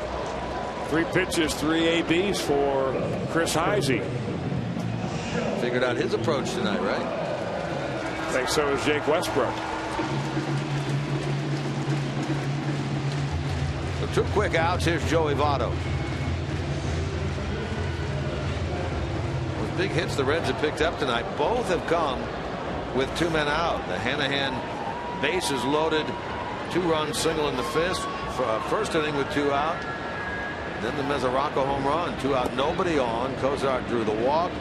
Mesoraco lined his 7th of the year over the wall and left, giving him now 31 runs batted in.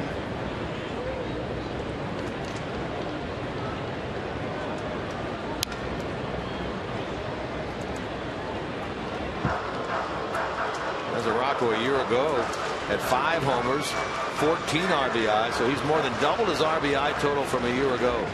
I'll tell you one thing about Jake Westbrook. He's ready to pitch. I mean, he gets that ball back there, and he's usually the one waiting for the hitter to get back in the batter's box. And you get on a little bit of a roll, and that's what you want to do.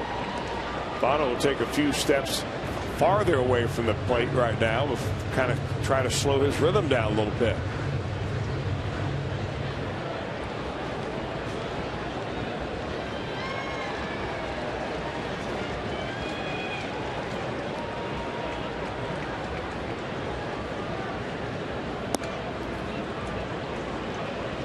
Votto's streak of 7 consecutive plate appearances reaching base ended that last at bat in the 3rd when he took a called 3rd strike. You see him choking up, protecting here with a 2-2 count.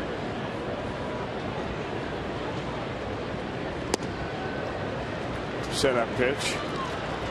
Change his eye angle a little bit. Probably come back with something soft, down and away.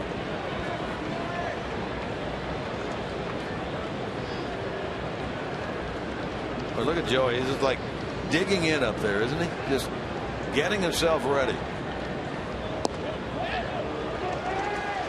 Appeal denied. Votto draws the walk, his 2nd of the night, and he's on with 2 out.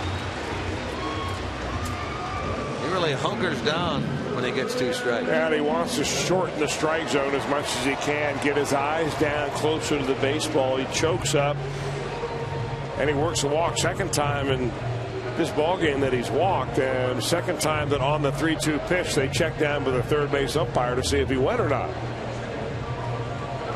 Here's Phillips. Runner on with 2 out. Brandon sitting at 82 runs batted in.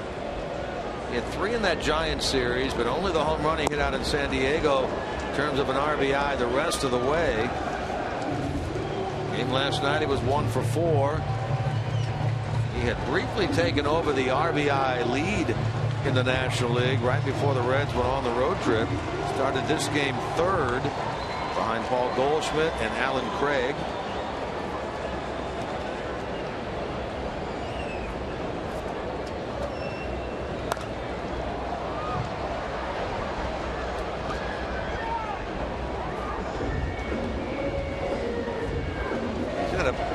Consistent season in terms of RBIs. Brandon Phillips, 24 in April, 20 in May, 17 in June, 21 in July. June, even though June is the one month where he really slumped from an offensive standpoint, batting average wise. He was dealing with an injury when he got beamed on the arm and really didn't feel very good with his hands. Yeah, you hit just over 200. You're driving 17. That was a pretty good production. And he's never really had a big home run month. I mean, the most home runs he's hit in the month have come in May. In fact, all the power really for Brandon has come in April and May. 9 home runs in the first 2 months, only 4 in the next 2.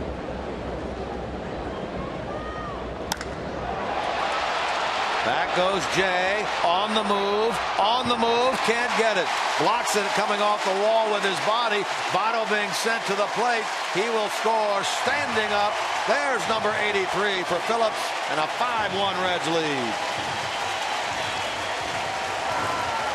Boy, another 2-out hit for the Reds in this game. Well, you know what they say, nothing is sweeter than a 2-out ribeye. And Brandon Phillips gets a taste of that as he gets his pitch down. He likes the ball down. He goes down and scoops that ball and hits it right over the head of the center fielder.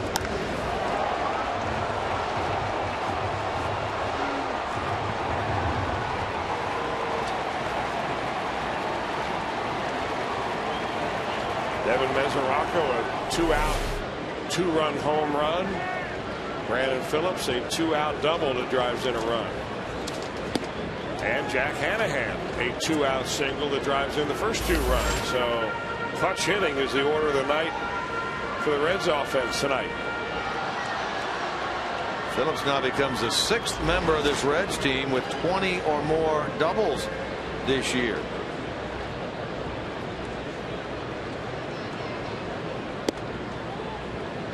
I mentioned last night Brandon appeared in the game tying Joe Morgan for 23rd on the club's all-time games played list. Tonight 1,155. That RBI ties him with Adam Dunn with 646 RBIs as a Red, tying him for 14th all-time with Adam Dunn. Congratulations to Brandon.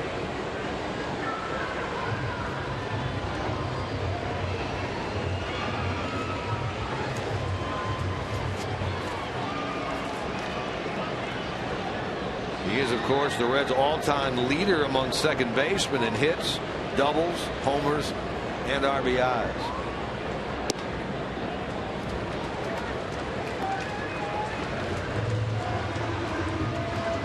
Westbrook now at 83 pitches. Reds have scored 5 unanswered.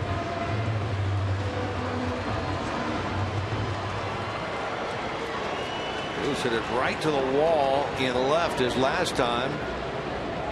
Caught by Holiday. He'll draw the walk here. But just like in the 4th, the action for the Reds on the bases all comes with 2 men out and nobody on. 5 walks by Westbrook.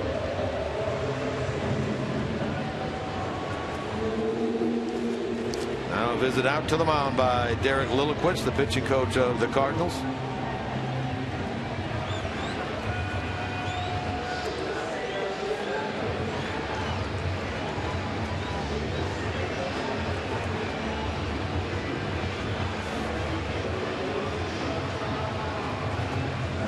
Now the Reds used 6 pitchers last night.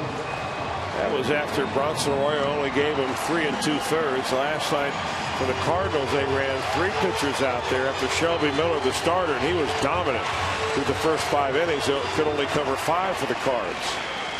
So both bullpens pretty rested, although neither manager wants to go to him anytime sooner than you have to.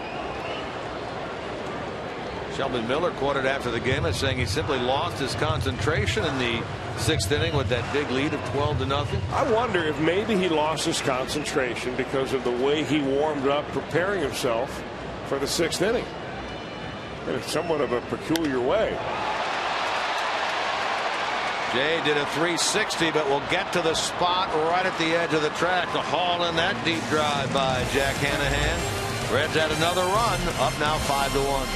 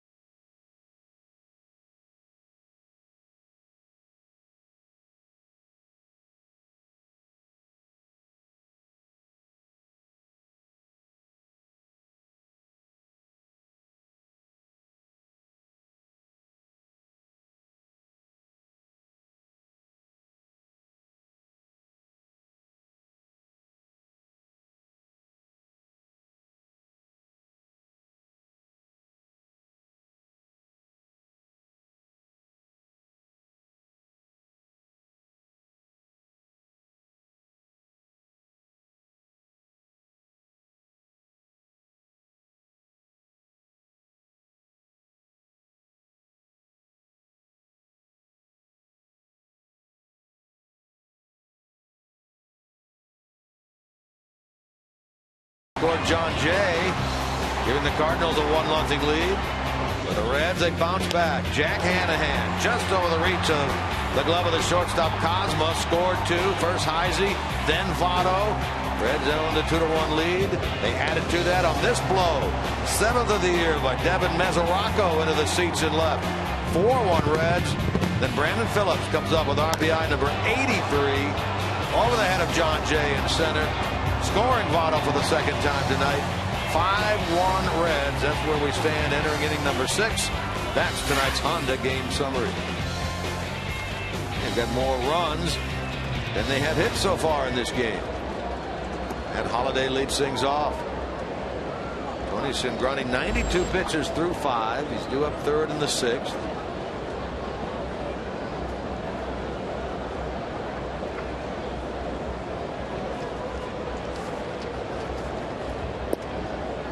He threw 99 pitches in that last game, that 7-inning outing against the Dodgers.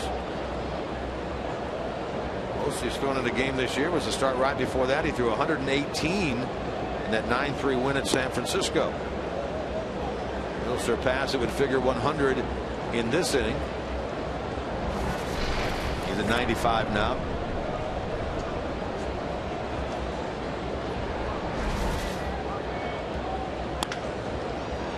Off the glove of the diving third baseman Hanahan. Holiday will turn and head for second, and he is in there standing with a leadoff double. A shot by Matt Holliday right by Hanahan at third base. Holliday, if you remember, just hit a bullet. I mean, a scorcher to the left fielder Chris Heisey his last time up, and he levels on this one too. 18th two-base hit of the year for Matt Holliday. Only the 3rd Cardinal hit. All 3 of them have been doubles. And this Cardinal team came into the series tops in the National League in batting average, on-base percentage, runs scored. They put 13 on the board in each of the last 2 games. Despite the fact they don't hit a lot of home runs, they can put the runs up. Yeah, I think they've proven 2 things this year, the Cardinals have, that runners in scoring position and hitting with runners in scoring position far more important than home runs and far more important than stolen bases.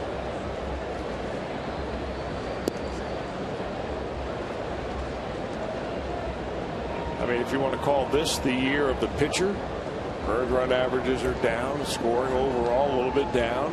Strikeouts seem to be up, although I haven't checked that recently. Certainly a far cry from what it was 5 or 6 years ago.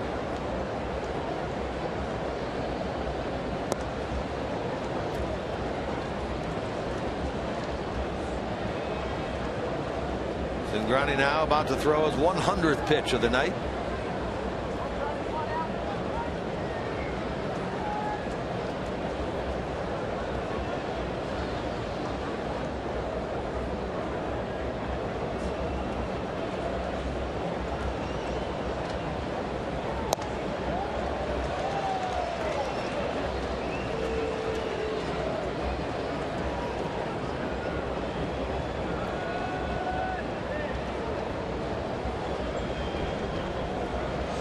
Alfredo Simon is up and throwing in the Reds bullpen.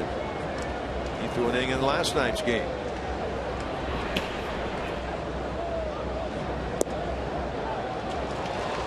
And a 3-1 ball 4. 5th walk by Cingrani. Once again, let's go to Los Angeles for a Fox Sports 1 game break.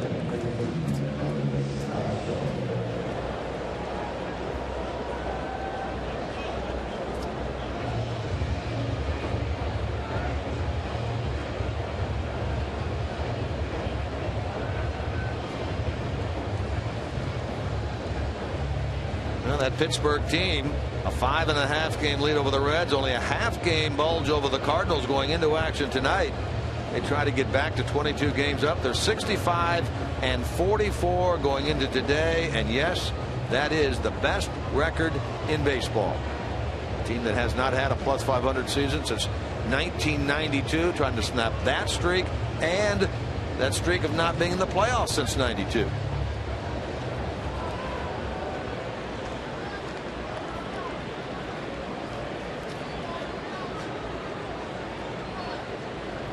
Five walks now by Tony Cingrani, just one off his season and career high when he walked 6 in that relief effort down in Texas in late June.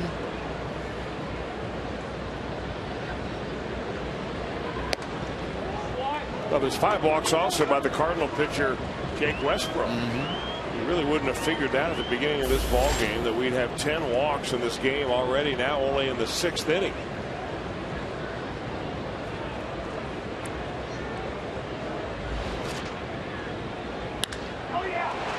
Base hit into center field. Holiday had to wait. And so even though Chu bobbles that ball, the runners move up one station and they're loaded with nobody out. Decision time for Dusty Baker. How does he feel about Cingrani now against the bottom of the order? I'll tell you how he feels. He's perched on the top step of the dugout. He's made his mind up ahead of time that if he gives another runner on base, that's it. And that will be it for Tony Cingrani. Goes 5+. Dusty makes the call to the bullpen, and so the Reds will indeed bring in Alfredo Simon. Dusty takes the ball from the 24-year-old Tony Cingrani, who is in line to be the winner tonight. He's 4-1 entering action tonight. He leaves. Time for our Skyline Chili call to the bullpen.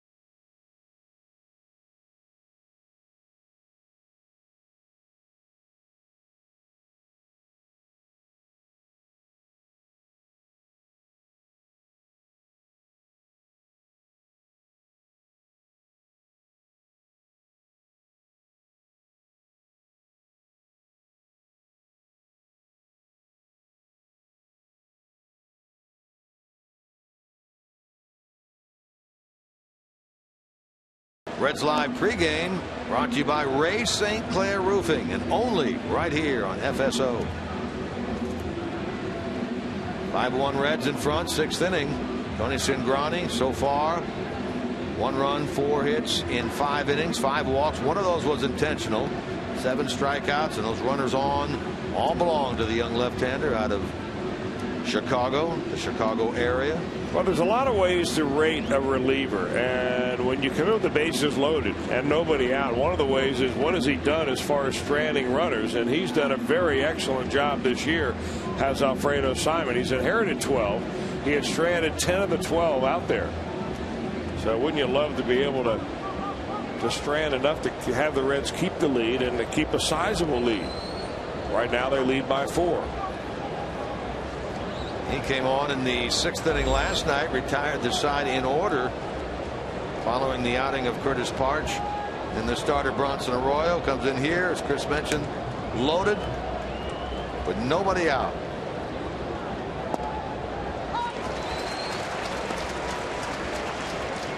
Left-hander Manny Parr now gets up in the Reds bullpen.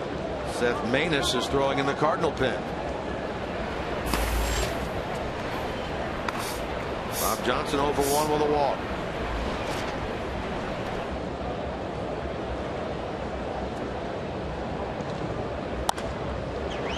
Phillips dives.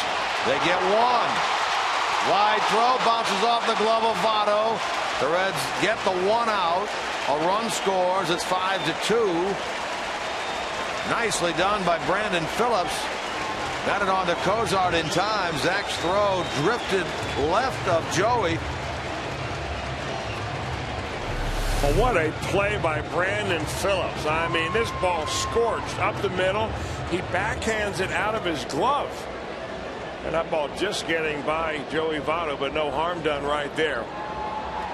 Man, oh man. Guy can play. Cozart had to get that ball, do a 360 and throw. Throw pulled Votto off the bag. He came off the bag to try to get the ball, but couldn't corral it.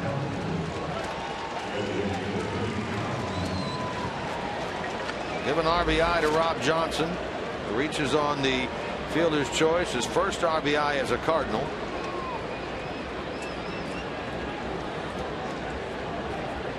Holiday scores, making it 5-2. Scalzo out at second, the first out. Freese now at third. A tying run. Person of Matt Carpenter, who will bat for Pete Kozma, comes to the plate. This guy has really been struggling, and I hope I don't jinx the Reds on this. He went 0 for 6 last night. Now 0 for his last 18. 2 for 33 on the road trip. Dusty Baker, once Carpenter is announced, now emerges from the dugout. He'll go to the home plate umpire, Will Little. He'll make a double switch here. Frazier's going to come in, play third base. Hanahan's going to leave. And with a lefty Carpenter up, the Reds will go to their lefty in the bullpen.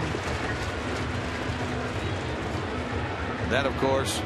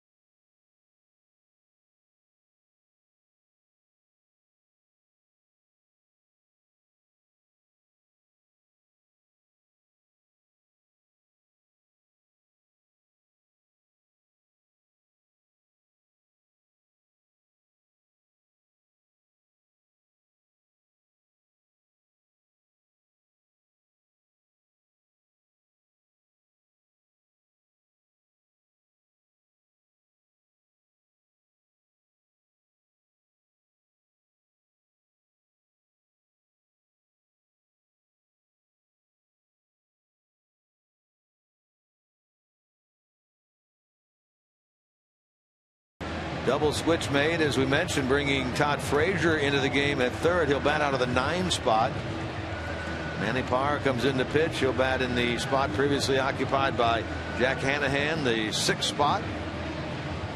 He'll get the left-handed hitting Matt Carpenter with runners at first and third and 1 out.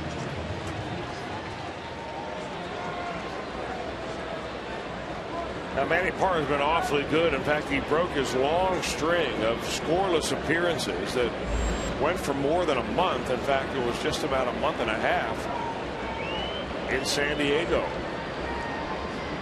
On the home run that was given when he pitched a third of an inning in a 4-2 loss. And that was in the game on Tuesday. Right. He came in and was able to retire Alonso, gave up a hit to Venable. He left the game, and the run ultimately charged to him. actually reached when Sam LeCure gave up the hit. That's what it was. But he's been good, and of course, to a left-hander, his breaking ball is his main pitch. Matt Carpenter represents the tying run. Broken bat to the right side.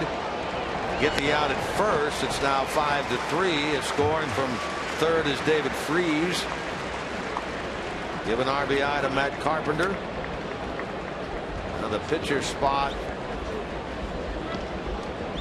is due up.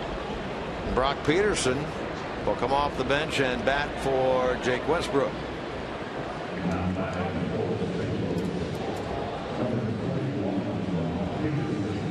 Now Brian Price out of the Reds dugout. A lot of action on both sides here in the top of number 6. Well, they don't know a lot about Brock Peterson. I think it's all about going over a scouting report. Of course, Brian Price has had his head in that scouting report, looking at what they've written up, that figuring about how they're going to go about getting this hitter out. All these teams nowadays, they get extensive scouting reports from their advanced scout, from their video guys. Sean Pender is the advanced scout for the Reds, does a great job, but they prepare a 3-ring binder that is just full of more information than you can imagine.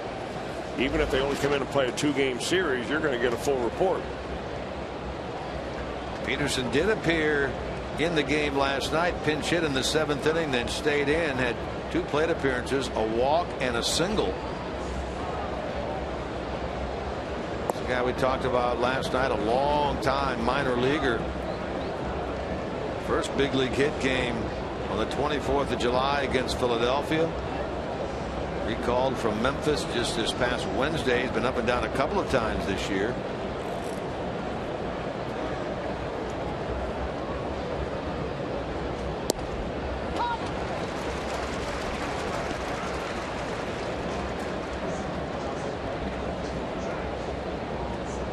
Peterson is 2 out of 10 with 2 RBIs.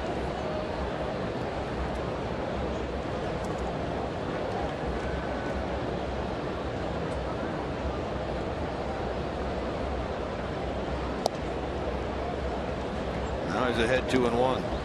This year at the AAA level, having a very fine year at Memphis. 305 average, 23 home runs, 67 RBIs.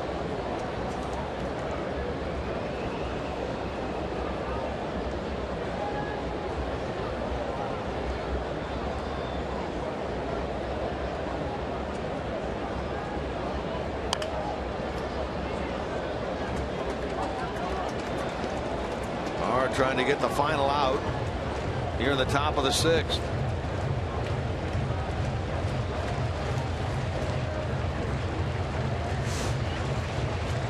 You know, usually you see this kind of pinch hitter activity later in the ball game. Rarely do you see it already in the 6th inning, considered by many right in the middle of the game.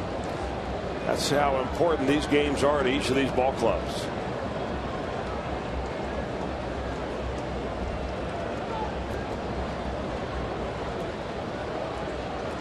Mesoraco to the mound to talk with Manny Parra. A little update from out of town. Pittsburgh now leading 3-0. They've added another run. That game in the top of the 6th inning. At home against Colorado. Colorado won the first game of that one last night. That Arizona Diamondbacks team chasing the Reds for the final wild card spot. They're 1-1 at Boston in the 7th.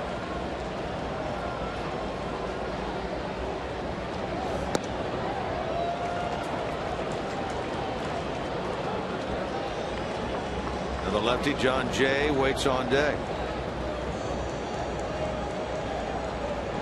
Tony Cingrani looks on from the dugout. He is the pitcher of record on the winning side for the Reds.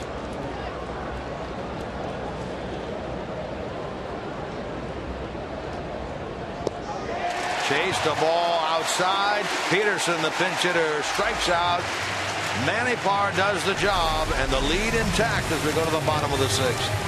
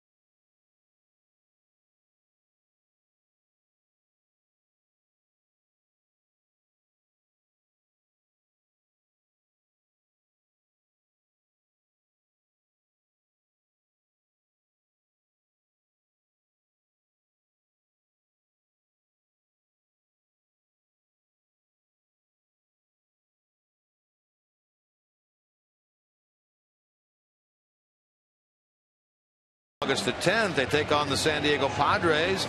Make sure you arrive early and be one of the first 20,000 fans to receive a Reds cap thanks to Fox Sports Ohio. For tickets to see the Reds and the Pods, call 513-381-REDS.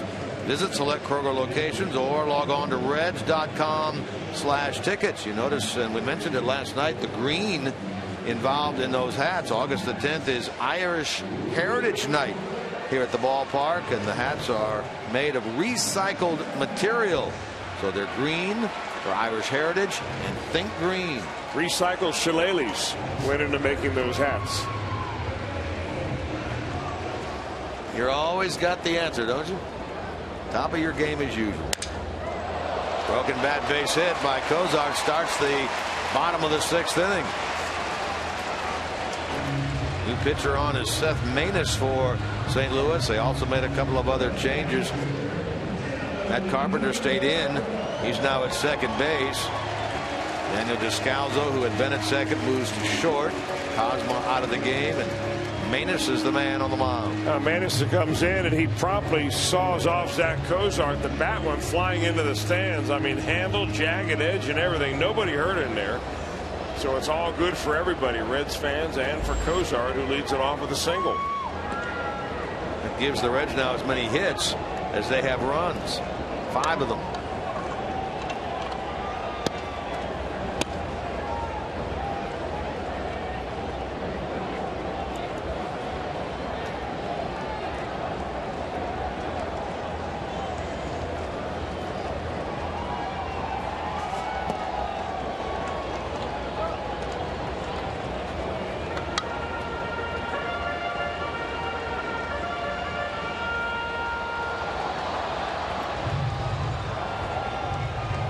Mesoraco, big blow of this game in the 4th inning, a 2-run homer, number 7 for him. Made it 4-1 Reds at the time. It's a 5-3 Cincinnati lead now against this 24-year-old right-hander Maness, M-A-N-E-S-S, of Pinehurst, North Carolina, and East Carolina University down there in Greenville. The Pirates. Ever been down that area, Chris? I've not been down to Greenville, North Carolina. I've been to Greenville, South Carolina. All right. That's Clemson country. That's the home of Furman, actually. Okay. Greenville is. All right.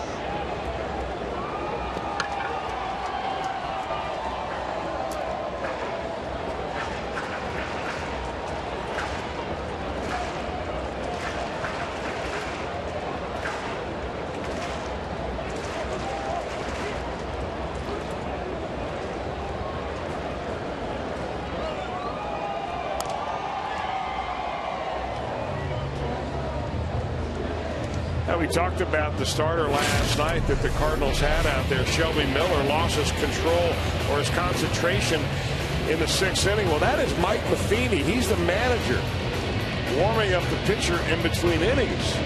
He didn't want anybody else to go out there. Tony Cruz was in the ball game last night. I don't know where tonight's catcher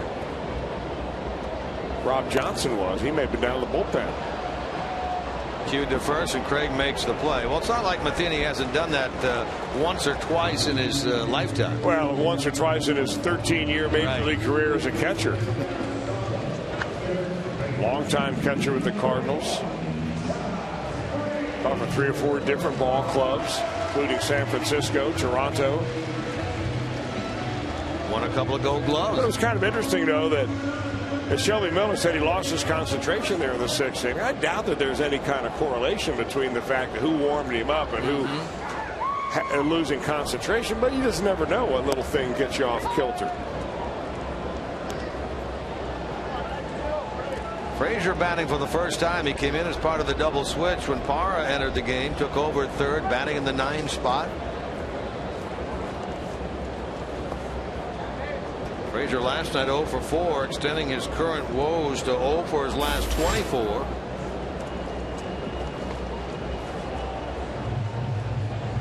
Hitting .237 with 10 home runs, 49 RBIs against this right-hander Maness, who's 5-1, the .270 ERA. He has a bit of a unique arm action also. You can see that he can be tough on right-handers.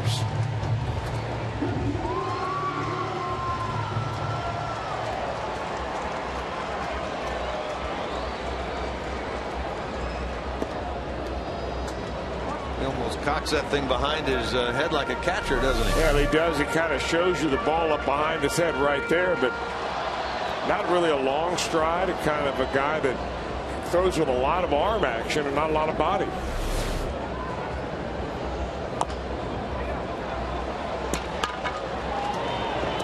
Maness gets Frazier. So Kozar led off with the hit. He moved up on the ground out by Mesoraco. Moves up again on that ground out by Frazier. The Reds now will ask Shin-Soo Choo get that run home from third.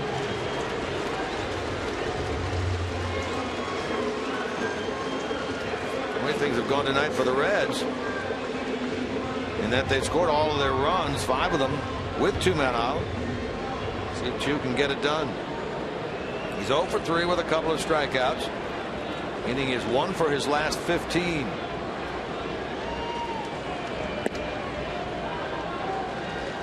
Maness's main pitch is the changeup. He sets it up with a fastball, and that's probably what he's going to try to throw in here to retire Choo. A little more effective against lefties than it is right-handers.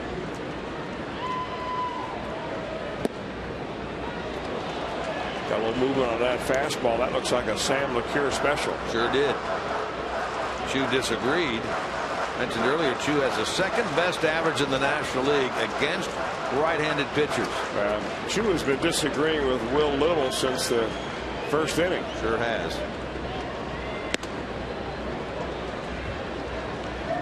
All right, you throw a good 2-seamer, then you follow it up with an eye-high 4-seamer out of the zone, then you drop the changeup on him going down and away. At least that's normally what happens. Toward left, Holiday there. Inning over. Maness does the job. We head to the 7th. Reds by 2.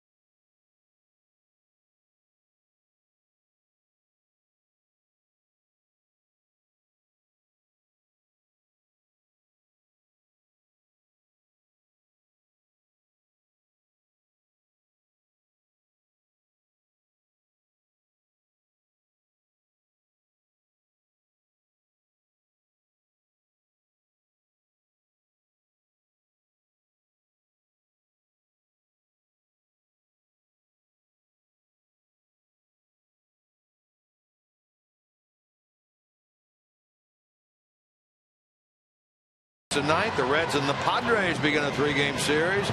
Make sure you stick around then after the game for a post-game fireworks show featuring a soundtrack picked by Todd Frazier and presented by Bob Evans. For tickets to see the Reds and the Padres, you can call 513-381-REDS. You can visit select Kroger locations, or you can log on to Reds.com/tickets. So next Friday night, the soundtrack will be picked by Todd Frazier.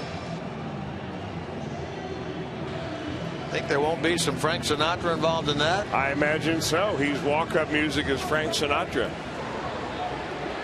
He likes Dino too. Dean Martin. He's a throwback, man. Got to get him swinging the bat a little bit. Maybe we'll have a lot of Rat Pack music.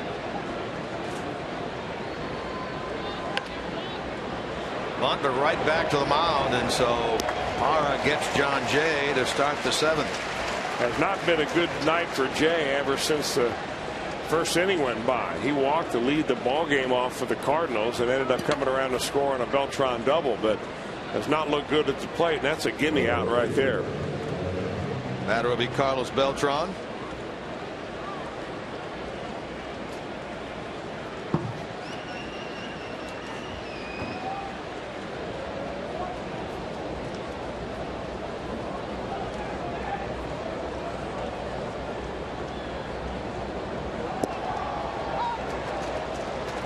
Switch hitter batting from the right side. 1 out of 3. Cingrani 5 innings plus. 3 batters did not get an out in that 6th inning. 3 runs all earned, 4 hits, 5 walks, 1 intentional, 7 strikeouts, and he can be the winner. To the left of the shortstop, and Kozar makes the play, and there are quickly 2 men gone. The off-speed pitch is really working well for Manny Parra. You know, earlier in the year, Parra really couldn't throw any of his pitches for strikes. He was struggling to find the zone. He was struggling with his confidence. Now you're looking at a pitcher that can throw 3 different pitches over the plate really when he wants to. Right-handers get that changeup fastball combination. Left-handers get that fastball slider combination.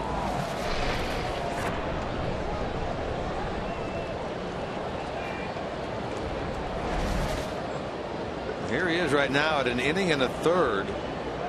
This is a long outing for him. He's a former starter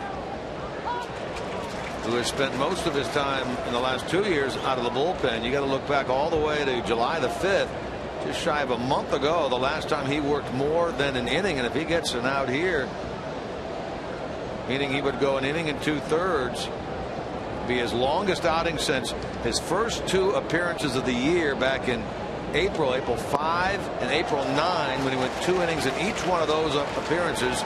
Since then, nothing more than an inning and a third. Most of those appearances less than an inning.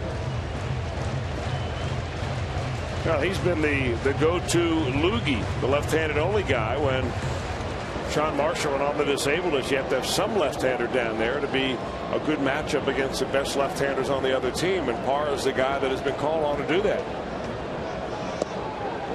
Strike 3 call. Nice, Irene. That's nasty. 5 faced, 5 retired by Manny Parra. Sends this game to the stretch.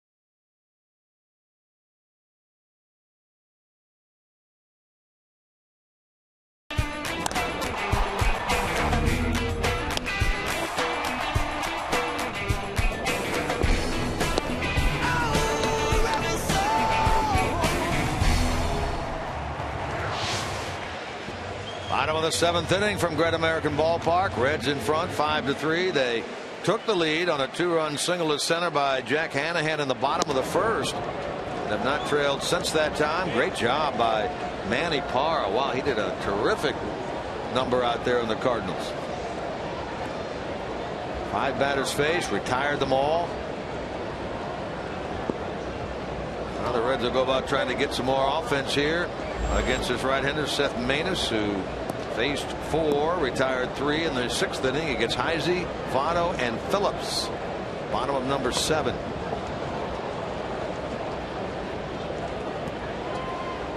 Certainly hope you've liked what you've heard and seen here tonight on Fox Sports Ohio Reds Baseball. The producer of this evening, Brian Hunterman. Our director is Roy Alfers.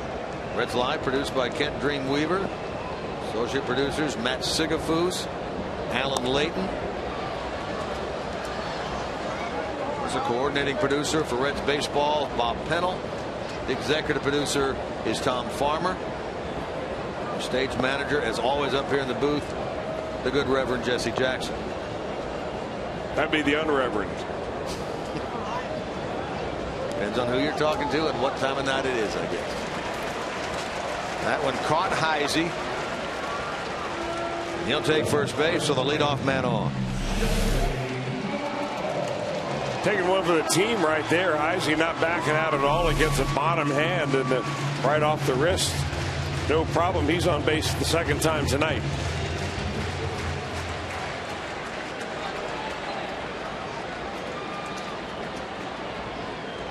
Leadoff man on only the second time tonight for the Reds. See if they can answer. Votto lines it into right field. Heisey stumbles a bit as he heads toward third. Pretty good throw. Skips away off the fencing of the Cardinal dugout. That will allow Votto to head down to second base. That ball and Heisey were arriving at third almost simultaneously. That looked like the ball kicked off of Chris Heisey, and that's one reason why you want to take a shot like this, because the runner, as he's coming into third, is going to be right on the same angle as that throw comes in from the right fielder. Heisey coming around second base and stumble right there, but you see the throw, the runner come at the same time, and that's the one reason why you go from first to third more often than not. That and the fact that it's a longer throw for the right fielder. The Reds in a great position here to add on to the 2-run lead.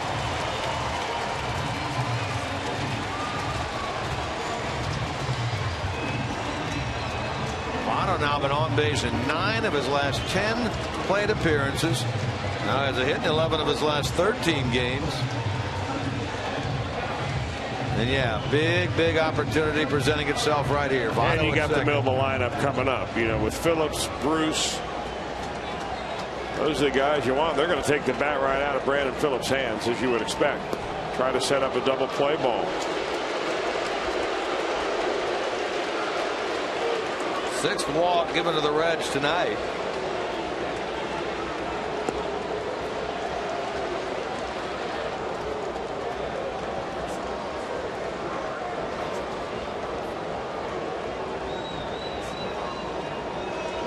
In case you're scoring along with us, single for Votto, a throwing error by the right fielder Beltran that bounced away that allows Joey to head on down to second base. The intentional walk completed to Phillips. The bases are loaded with nobody out. Reminder that after every Reds game, we'll break it down for you, including the first talk with the manager of the Reds, Dusty Baker. That's Reds Live post game, brought to you by King's Honda and the King's Auto Mall. Visit King'sHondaUSA.com.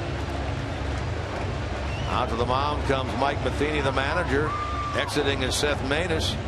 Randy Choate has been in the bullpen for St. Louis, and it'll be the veteran Randy Choate that enters here.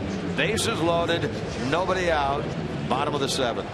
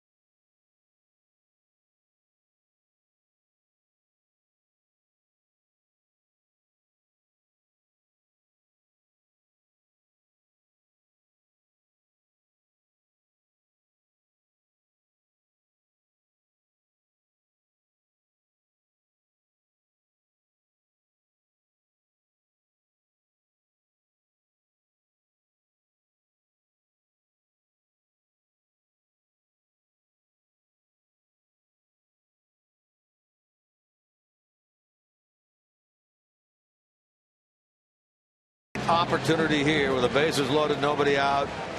Jay Bruce at the plate.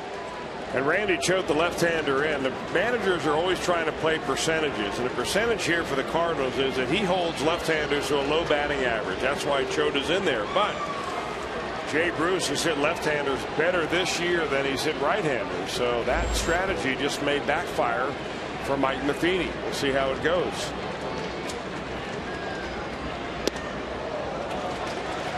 Here's what we're talking about with Jay Bruce. His batting average actually better against left-handers than right-handers. Of course, the home runs are way higher because he's faced more right-handers than left-handers. But overall, Jay Bruce has really improved in this category, and he hangs right in there by keeping that right shoulder in. Infield in, they're looking for a double play ball starting at the plate.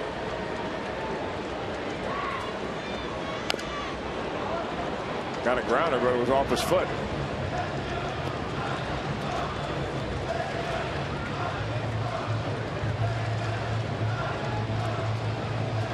Boy, Dusty Baker would love nothing better to see his man Jay Bruce come up with a big hit right here. Bruce has faced Choate 4 times, and he's got 1 hit to show for it.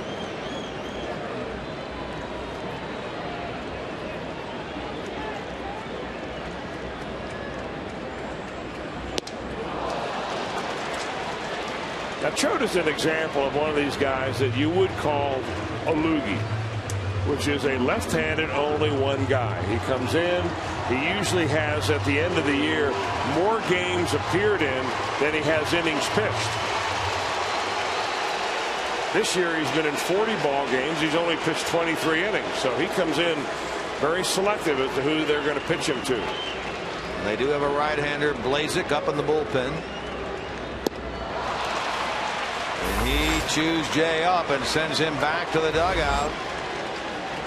The first out here in the bottom of the 7th. Yeah, the sidearm slurve right there. He kind of pinches his index finger on the ball, kind of like a knuckle curve look.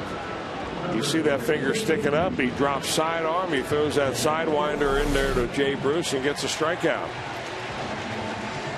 Derek Robinson announced as a pinch hitter for Manny Parra, and immediately Mike Matheny back out of the dugout. Michael Blazek, a right-hander, will enter. So the loogie, indeed, one batter gets him.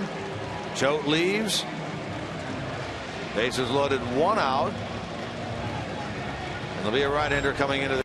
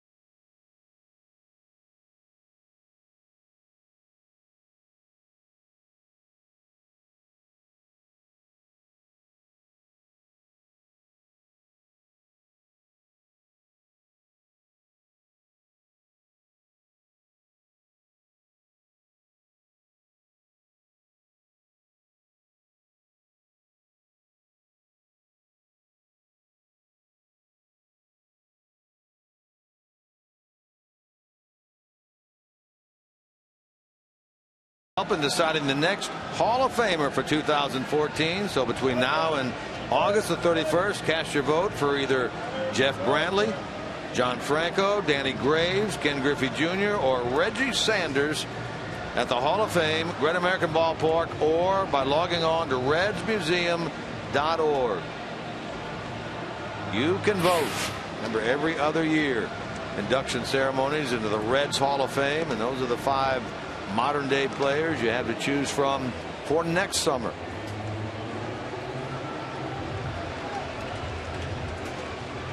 Now the new pitcher for the Cardinals is a guy they call the Blazer, Michael Blazek. He's only been in 6 ball games. He started the season down in Springfield, where just this year they converted him from a starter into a reliever. Got a good arm, anywhere from 88 to 95 with a fastball, curve slider. No room for Derek Robinson. Loaded with 1 out, and he pops it up shallow left. This will not get the job done as Holiday makes the catch. So from bases loaded, nobody out, and an opportunity to really separate themselves from the Cardinals. A strikeout from Choate, the lefty, against Bruce, and a first pitch pop up by the pinch hitter Robinson against Blazek. It comes down to Kozar with the bases loaded and 2 men gone. Yeah, that's not a great approach by Derek Robinson right there. You've got bases loaded, the pressure's on the pitcher right there, and you jump on a first pitch that may not have been your best pitch. That's when you have to make sure that you shrink that strike zone down just as small as you possibly can. Now, if it was his pitch and he just missed it, that's the way it goes. But sometimes you want to make that young guy out there sweat a little bit before you make it out. Sure.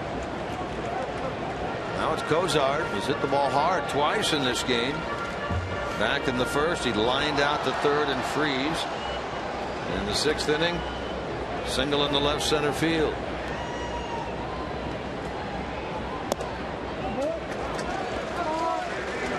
Kozar taking 2 balls, no strikes. Blazek made his big league debut earlier this season, back in June. It came against the Texas Rangers on the 22nd.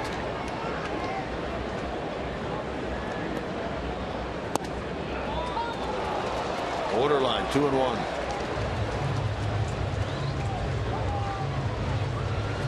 Young man out of Las Vegas. Between AA and AAA this year, a 1.41 ERA with 49 strikeouts, 38 in the 3rd innings. Now from 2-0 to 2-2 to Kozar. 36, the RBI total for the Red shortstop this year.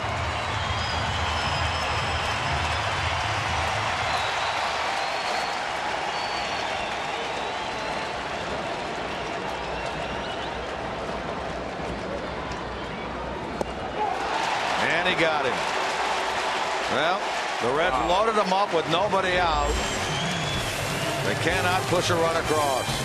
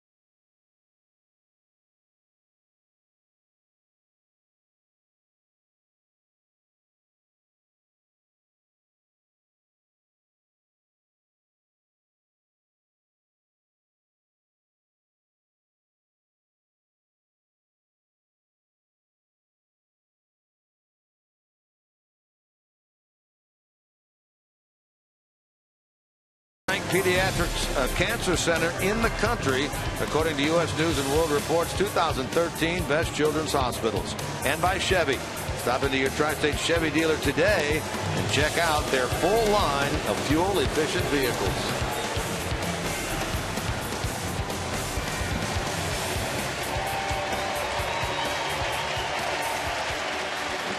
New pitcher on is J.J. Hoover, 4th of the night by the Reds, 3rd out of the bullpen. Trying to get it to the 9th, and Aroldis Chapman with the Reds in front here, 5-3. Boy, a run or two right there with bases loaded, nobody out. But it's certainly given J.J. Hoover in this bullpen a little bit more breathing room. As it is, he's got a 2-run lead. He just wants to get it to Aroldis Chapman in the 9th inning.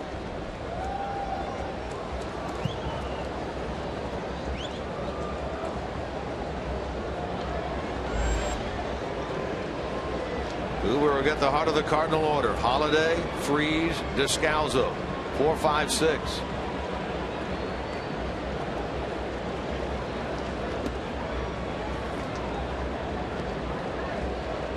JJ will turn 26 in 10 days, August the 13th. Native of the Pittsburgh area. And he falls behind 2-0. He worked last night, did J.J. Hoover. Worked the 9th inning, struck out 3, gave up a walk and a hit. Now he's fallen behind 3-0, in danger of bringing the tying run to the plate. Now that is the danger right here. You'd rather go ahead and challenge him right here than lead the inning off with a walk.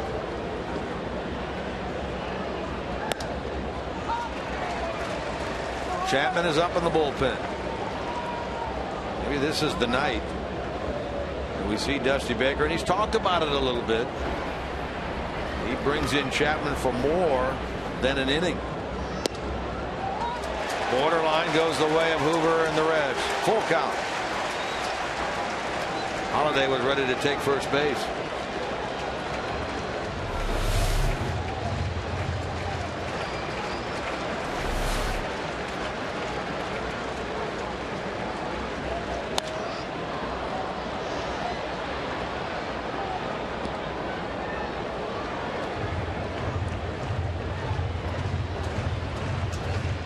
Holiday tonight, a double that led off the 6th inning. He later scored on the ground out by Rob Johnson.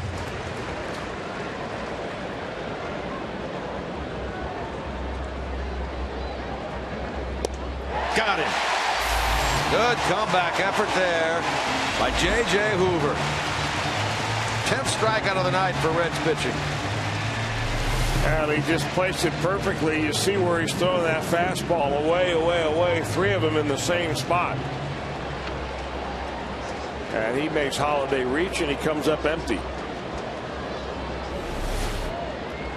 This big crowd, in fact, this sellout crowd, the 12th of the year in 2013, loved it. 41,598. Bigger than last night. Certainly more entertained from the field perspective than last night. Well, they've got a big crowd expected tomorrow night. They have a few thousand seats left. If you want them, you better get down here early. It's a 1:10 game tomorrow. Tomorrow afternoon, standing room only tonight. You know, as often happens, the setup guy sometimes pitches to the tough part of the lineup only to leave the bottom part of the lineup for the closer. This is the way it is tonight with J.J. Hoover. We'll take that, right? Faces Holiday, Freeze, and Descalzo. 4, 5, and 6. And if he can retire them in order, Aroldis Chapman will come in to face the bottom of the order for the Cardinals in the 9th.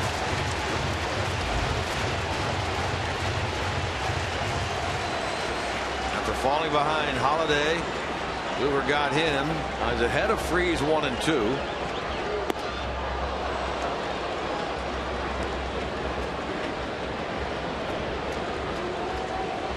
Freeze tonight, a double and a walk. Getting that big 3-run double last night.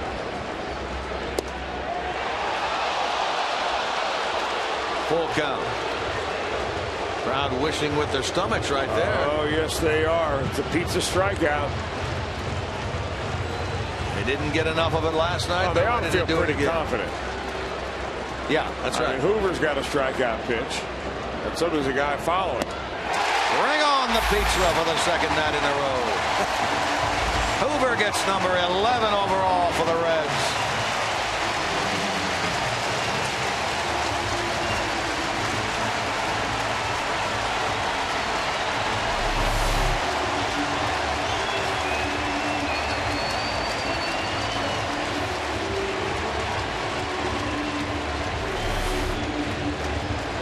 I don't know how many times it's happened at home this year, but it's been double figures. And these people absolutely love it. Hoover in back-to-back nights has delivered the magic strikeout. In fact, he came in last night after he led the inning off with a walk. He struck out 3 in a row, including strikeout number 11 for the team. And so he's becoming a pizza favorite. Joel Luckup tells us 18 times. 18 times it happened at home this year. Oh, there are guys standing around with white aprons on, shaking their heads and spinning the crust. Spinning the dough. I guess it does not crust until you cook it. You know who loves it about as much as anybody? The Cowboy Jeff Brantley. They bring a pizza up to that radio booth. He starts to salivate at number 10. I'm not surprised. Brings out the grease napkins at number 11. He's ready for action. 3-1 put out. Nice job. J.J. Hoover sends us to the bottom of the 8th.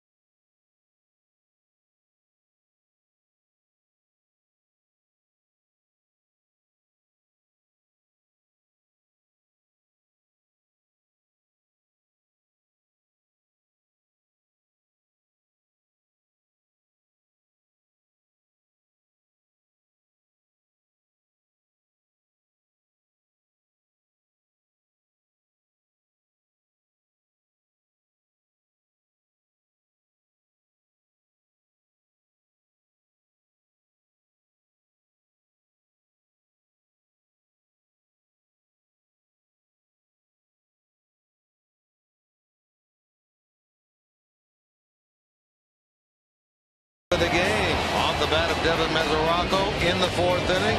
On the delivery by Jake Westbrook. Into the seats it goes on and left. 7th of the year for Mesoraco. He had a pair on the recent road trip, both in San Francisco. He'll lead it off here in the bottom of the 8th. Our Nissan drive of the game.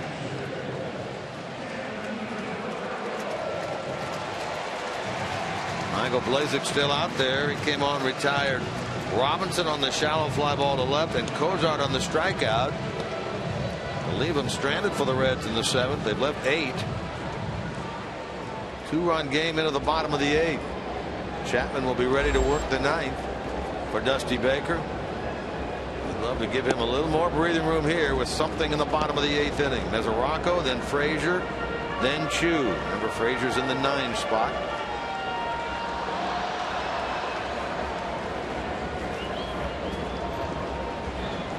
Whoa, there's a fly ball into left field by Mesoraco. Did he get enough? Did he get enough? He did. A multi-home run game from Mesoraco.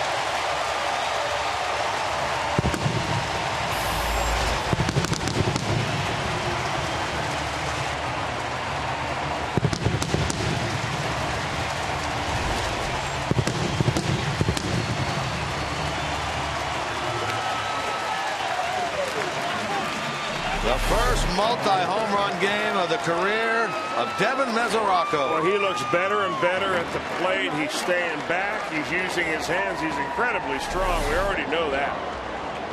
And he's not fouling off those mistake pitches he's getting from the opposition. He's nailing them. Well, you hate like heck to see someone go down in the person of Ryan Hannigan, but with Mesoraco getting the opportunity to play more, Chris, he has really thrived. Well, that's exactly right. I think what you don't get better by riding the bench, and one door closes, another one opens, and you got to take advantage of the opportunities that you have. Mesoraco, he's improved behind the plate. He's improved at the plate.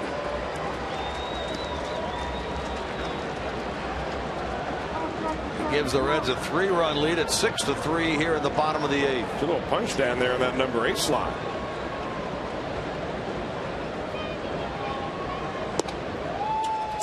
Ranger draws a walk on 4 pitches from the right-hander Blazek.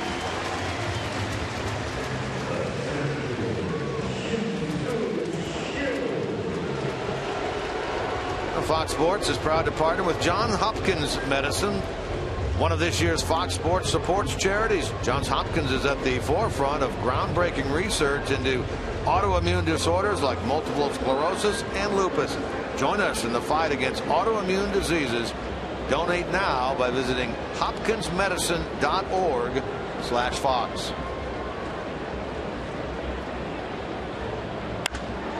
Chu delivers a blow into right. That one hits into the moon deck. Number 15.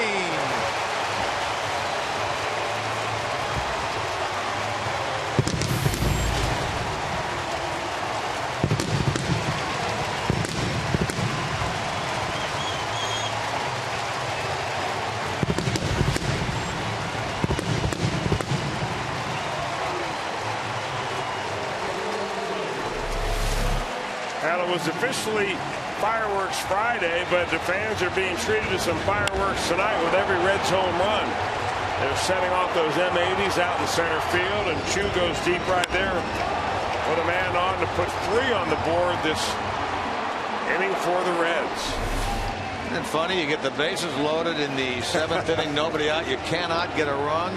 Here you come up. You get a homer, a walk, and a homer, and all of a sudden you push 3 in there. And Michael Blazek, the Cardinal pitcher, is thinking, hey, I did a great job in the 7th inning by saving somebody else's runs, and I'm gassing in my own here in this inning.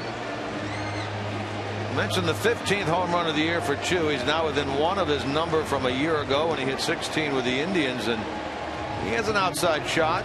He got a career best. He had 22 back in 2010 as a member of the Tribe. He has 15 now. Came at a great time.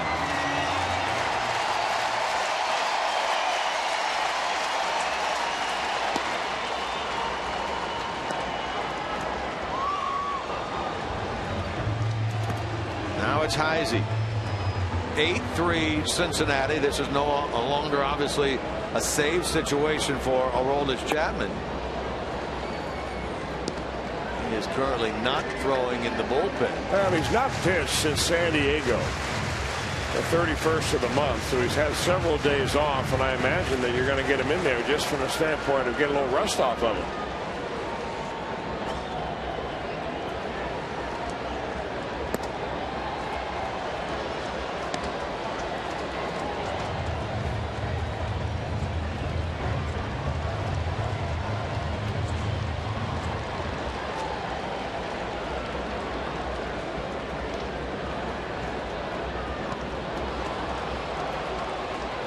Pitches in the dirt, and the Cardinals will be forced to throw to first. They do, and Heisey is a strikeout victim for out number 1. Well, it looks like this big crowd, this sellout crowd of 41,500, going to see a Reds win. They've already been guaranteed the free pizza. They will be ready to come back here tomorrow afternoon. It's supposed to be a beautiful weather day tomorrow. 1:10 game. We'll have it for you right here in Fox Sports Ohio if you don't have a ticket. 12:30 with Reds Live. Mike Leake gunning for his 11th win against 12-game winner Lance Lynn. Again, 12:30 Reds live tomorrow. 1:10 first pitch. Appears as if it's going to be the rubber game of the series.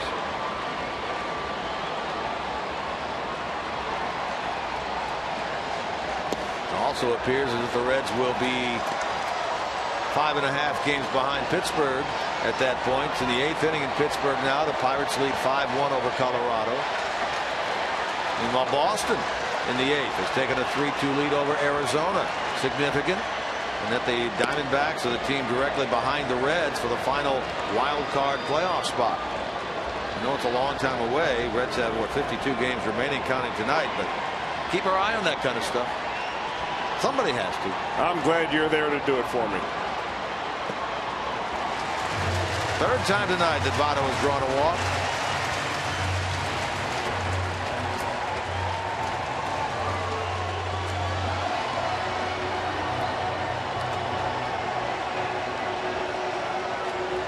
We haven't worked. There'll be a pitching change here. We haven't worked a road game together in a while, Chris, and I have to say I really miss you getting the fans riled up when you stand up and start hollering, "Let's go Reds." Yeah. Won't be long. We'll be doing that again pretty soon. In Milwaukee, you'll get them going. My favorite.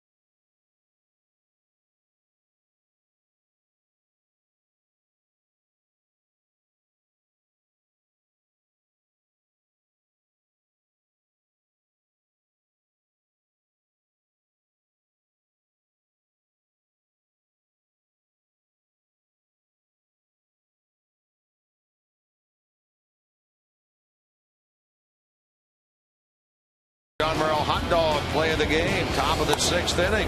Off the bat of Johnson. Diving stop Phillips. Flips it out of the glove to Cozart. Looked like it might be a double play when Brandon gets to it. The All-Star flashing that leather. That's a John Merrill hot dog play of the game. More often than not, it seems like it's Brandon Phillips who makes those plays, and now he leads off. Pardon me, he bats here in the bottom of the 8th with a runner aboard. 1 out, 3 in. Thanks to a solo home run by Mesoraco and a 2-run shot by Chu. And a 5-run Reds lead against the new pitcher Keith Butler. He threw 2 innings last night. Back in there tonight. Yeah, he made his major league debut earlier this year on the 31st of May. They brought a lot of kids up from their minor leagues. Butler, a native of Morgantown, Kentucky. Went to Butler County High School, ended up going to Wabash Valley College, where he was selected by the Cardinals in 2009. That was a good draft for the Cardinals. They picked up Trevor Rosenthal that year, Matt Adams, and Matt Carpenter. In the left, a base hit for Brandon Phillips, his second of the night. Votto will stop at second. Phillips 2 for 4. Maybe this is the kind of ball game that the Reds need to kind of get their hitting shoes back on.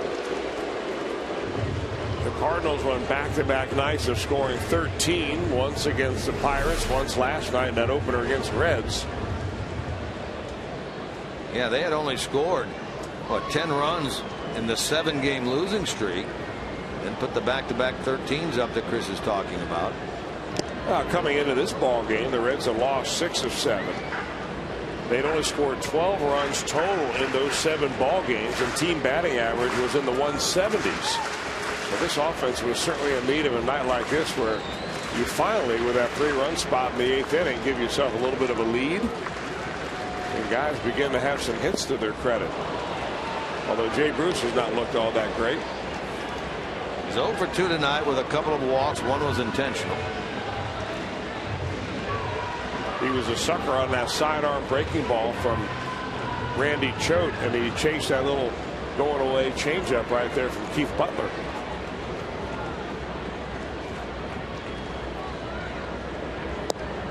There it is again. Otto gets back in time. Jay strikes out for the 2nd time this evening for 2 out.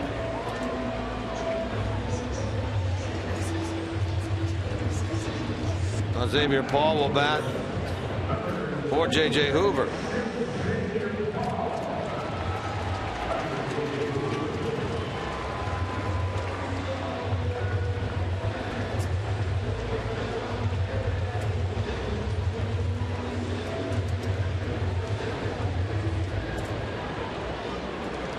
Double barrel action in the Reds pen. Logan Ondrusek, right-hander.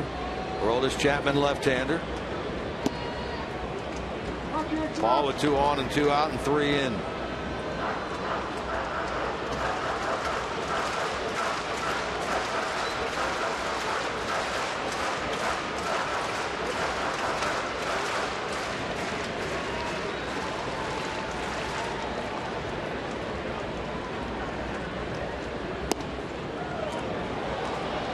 Paul hitting .240 with 6 home runs, 28 RBIs.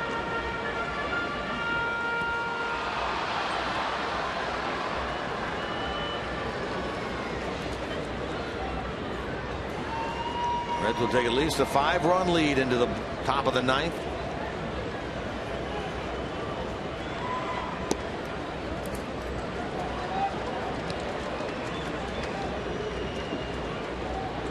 The question then remains, will Dusty Baker go to Aroldis Chapman, who worked last in the final game of the series at San Diego on Wednesday and picked up the save, or will he go to Logan Ondrusek?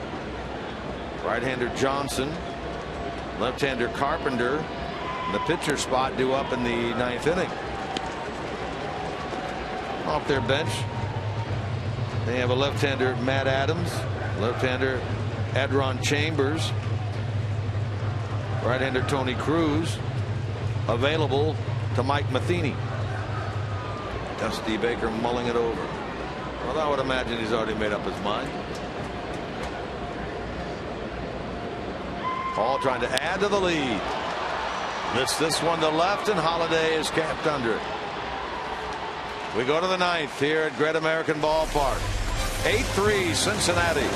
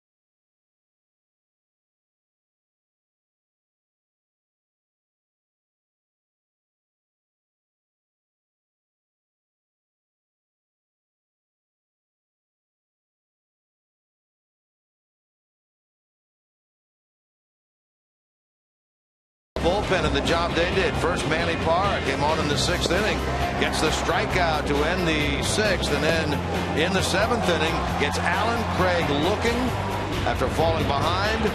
He's followed up by J.J. Hoover in the 8th inning. First, Holiday after falling behind 3-0, then Freeze. So between the two of them, 4 strikeouts, 2 apiece. Parra and Hoover are Miller time moments of the night. Aroldis Chapman is a decision that Dusty Baker makes to work the top of the 9th inning with a 5-run lead. This is, of course, as we mentioned, a non-save situation for the big lefty. 48 games now for Chapman, 42 innings overall.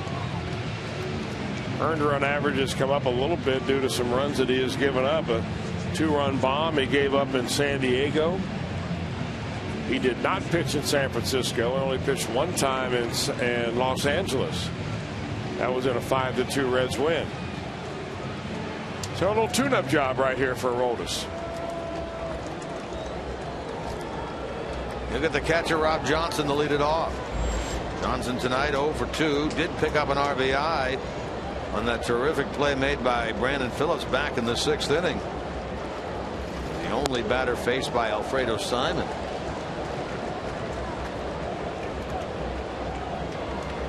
Carpenter is on deck. Then a pinch hitter for the pitcher, Butler. Pitchers of record in this game are the starters. Tony Cingrani, 3 runs, 4 hits, 5+ innings with 5 walks. Jake Westbrook of the Cardinals, 5 runs, 4 hits, 5 walks, 5 innings. Not a lot of difference in their lines. Well, Cingrani deserves a win based on what he did his last time out against the Dodgers and got nothing for it. 7 innings of 1-hit shutout baseball, and you walk away with a no D. It should be a no decision.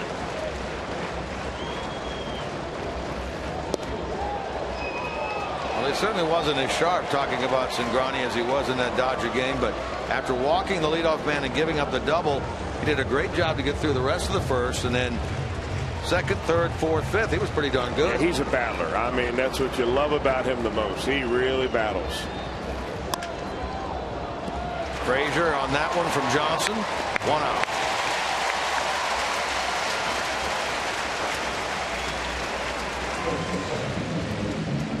That'll be Matt Carpenter. Didn't start this game. Came on as a pinch hitter in the 6th inning and stayed in. Picked up an RBI in his ground ball. Now Tony Cruz, the other catcher on this Cardinal team, emerges from the dugout. He will bat for Butler. We want to thank our guest Jason Gargano for being here from City Beat all night long in our booth. Checking you out. He was checking you out. Broadcast team out. Yes, indeed.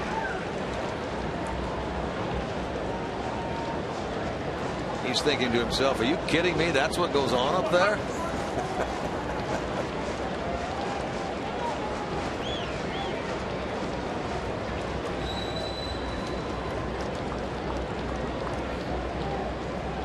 You know what he's thinking? Jesse Jackson, he's running the show at that place. And he would be right.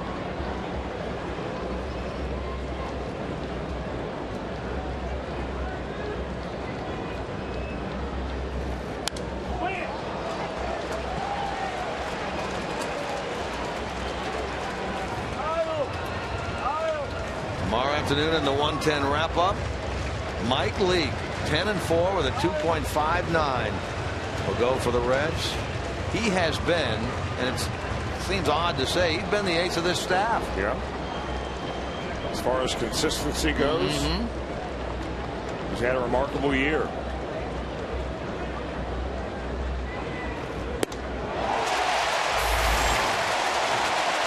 Carpenter on strikes is out number 2.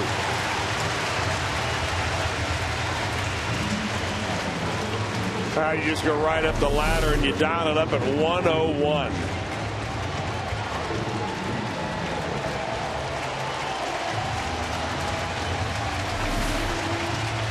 Now Tony Cruz will bat for Butler. Yeah, we've said this many times. When you really look at Aroldis Chapman's and his delivery and how long his stride is and how long his arms are. I mean, he's got really long arms, and he lets that ball loose out in front of home plate like that. That 101 miles an hour is probably an effective 106 as far as reaction time to the hitter. You're talking about what, 55, 54 feet? Yeah. When he lets go of that thing. I mean, you stand next to him, he's all legs and arms.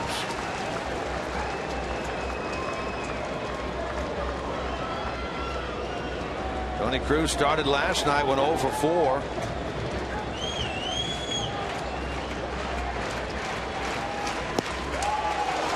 Now he's down 2 strikes. Yeah, work on a little slider just for good measure. Chapman looking to have a 1-2-3 inning. Reds retired the Cardinals in order in the 7th, in the 8th, back into the 5th as well. They're trying to make it the final 12 in a row retired. They get even in this series. And he did. Cruz strikes out. Reds win. 8-3 the final score. And so this 3-game series evened at 1 game apiece. Reds used the strength of 3 home runs tonight. 2 by Devin Mesoraco. 1 by Shin-Soo Choo to make Dusty Baker and company happy as they come out of the dugout. 8-3 Reds, a winner.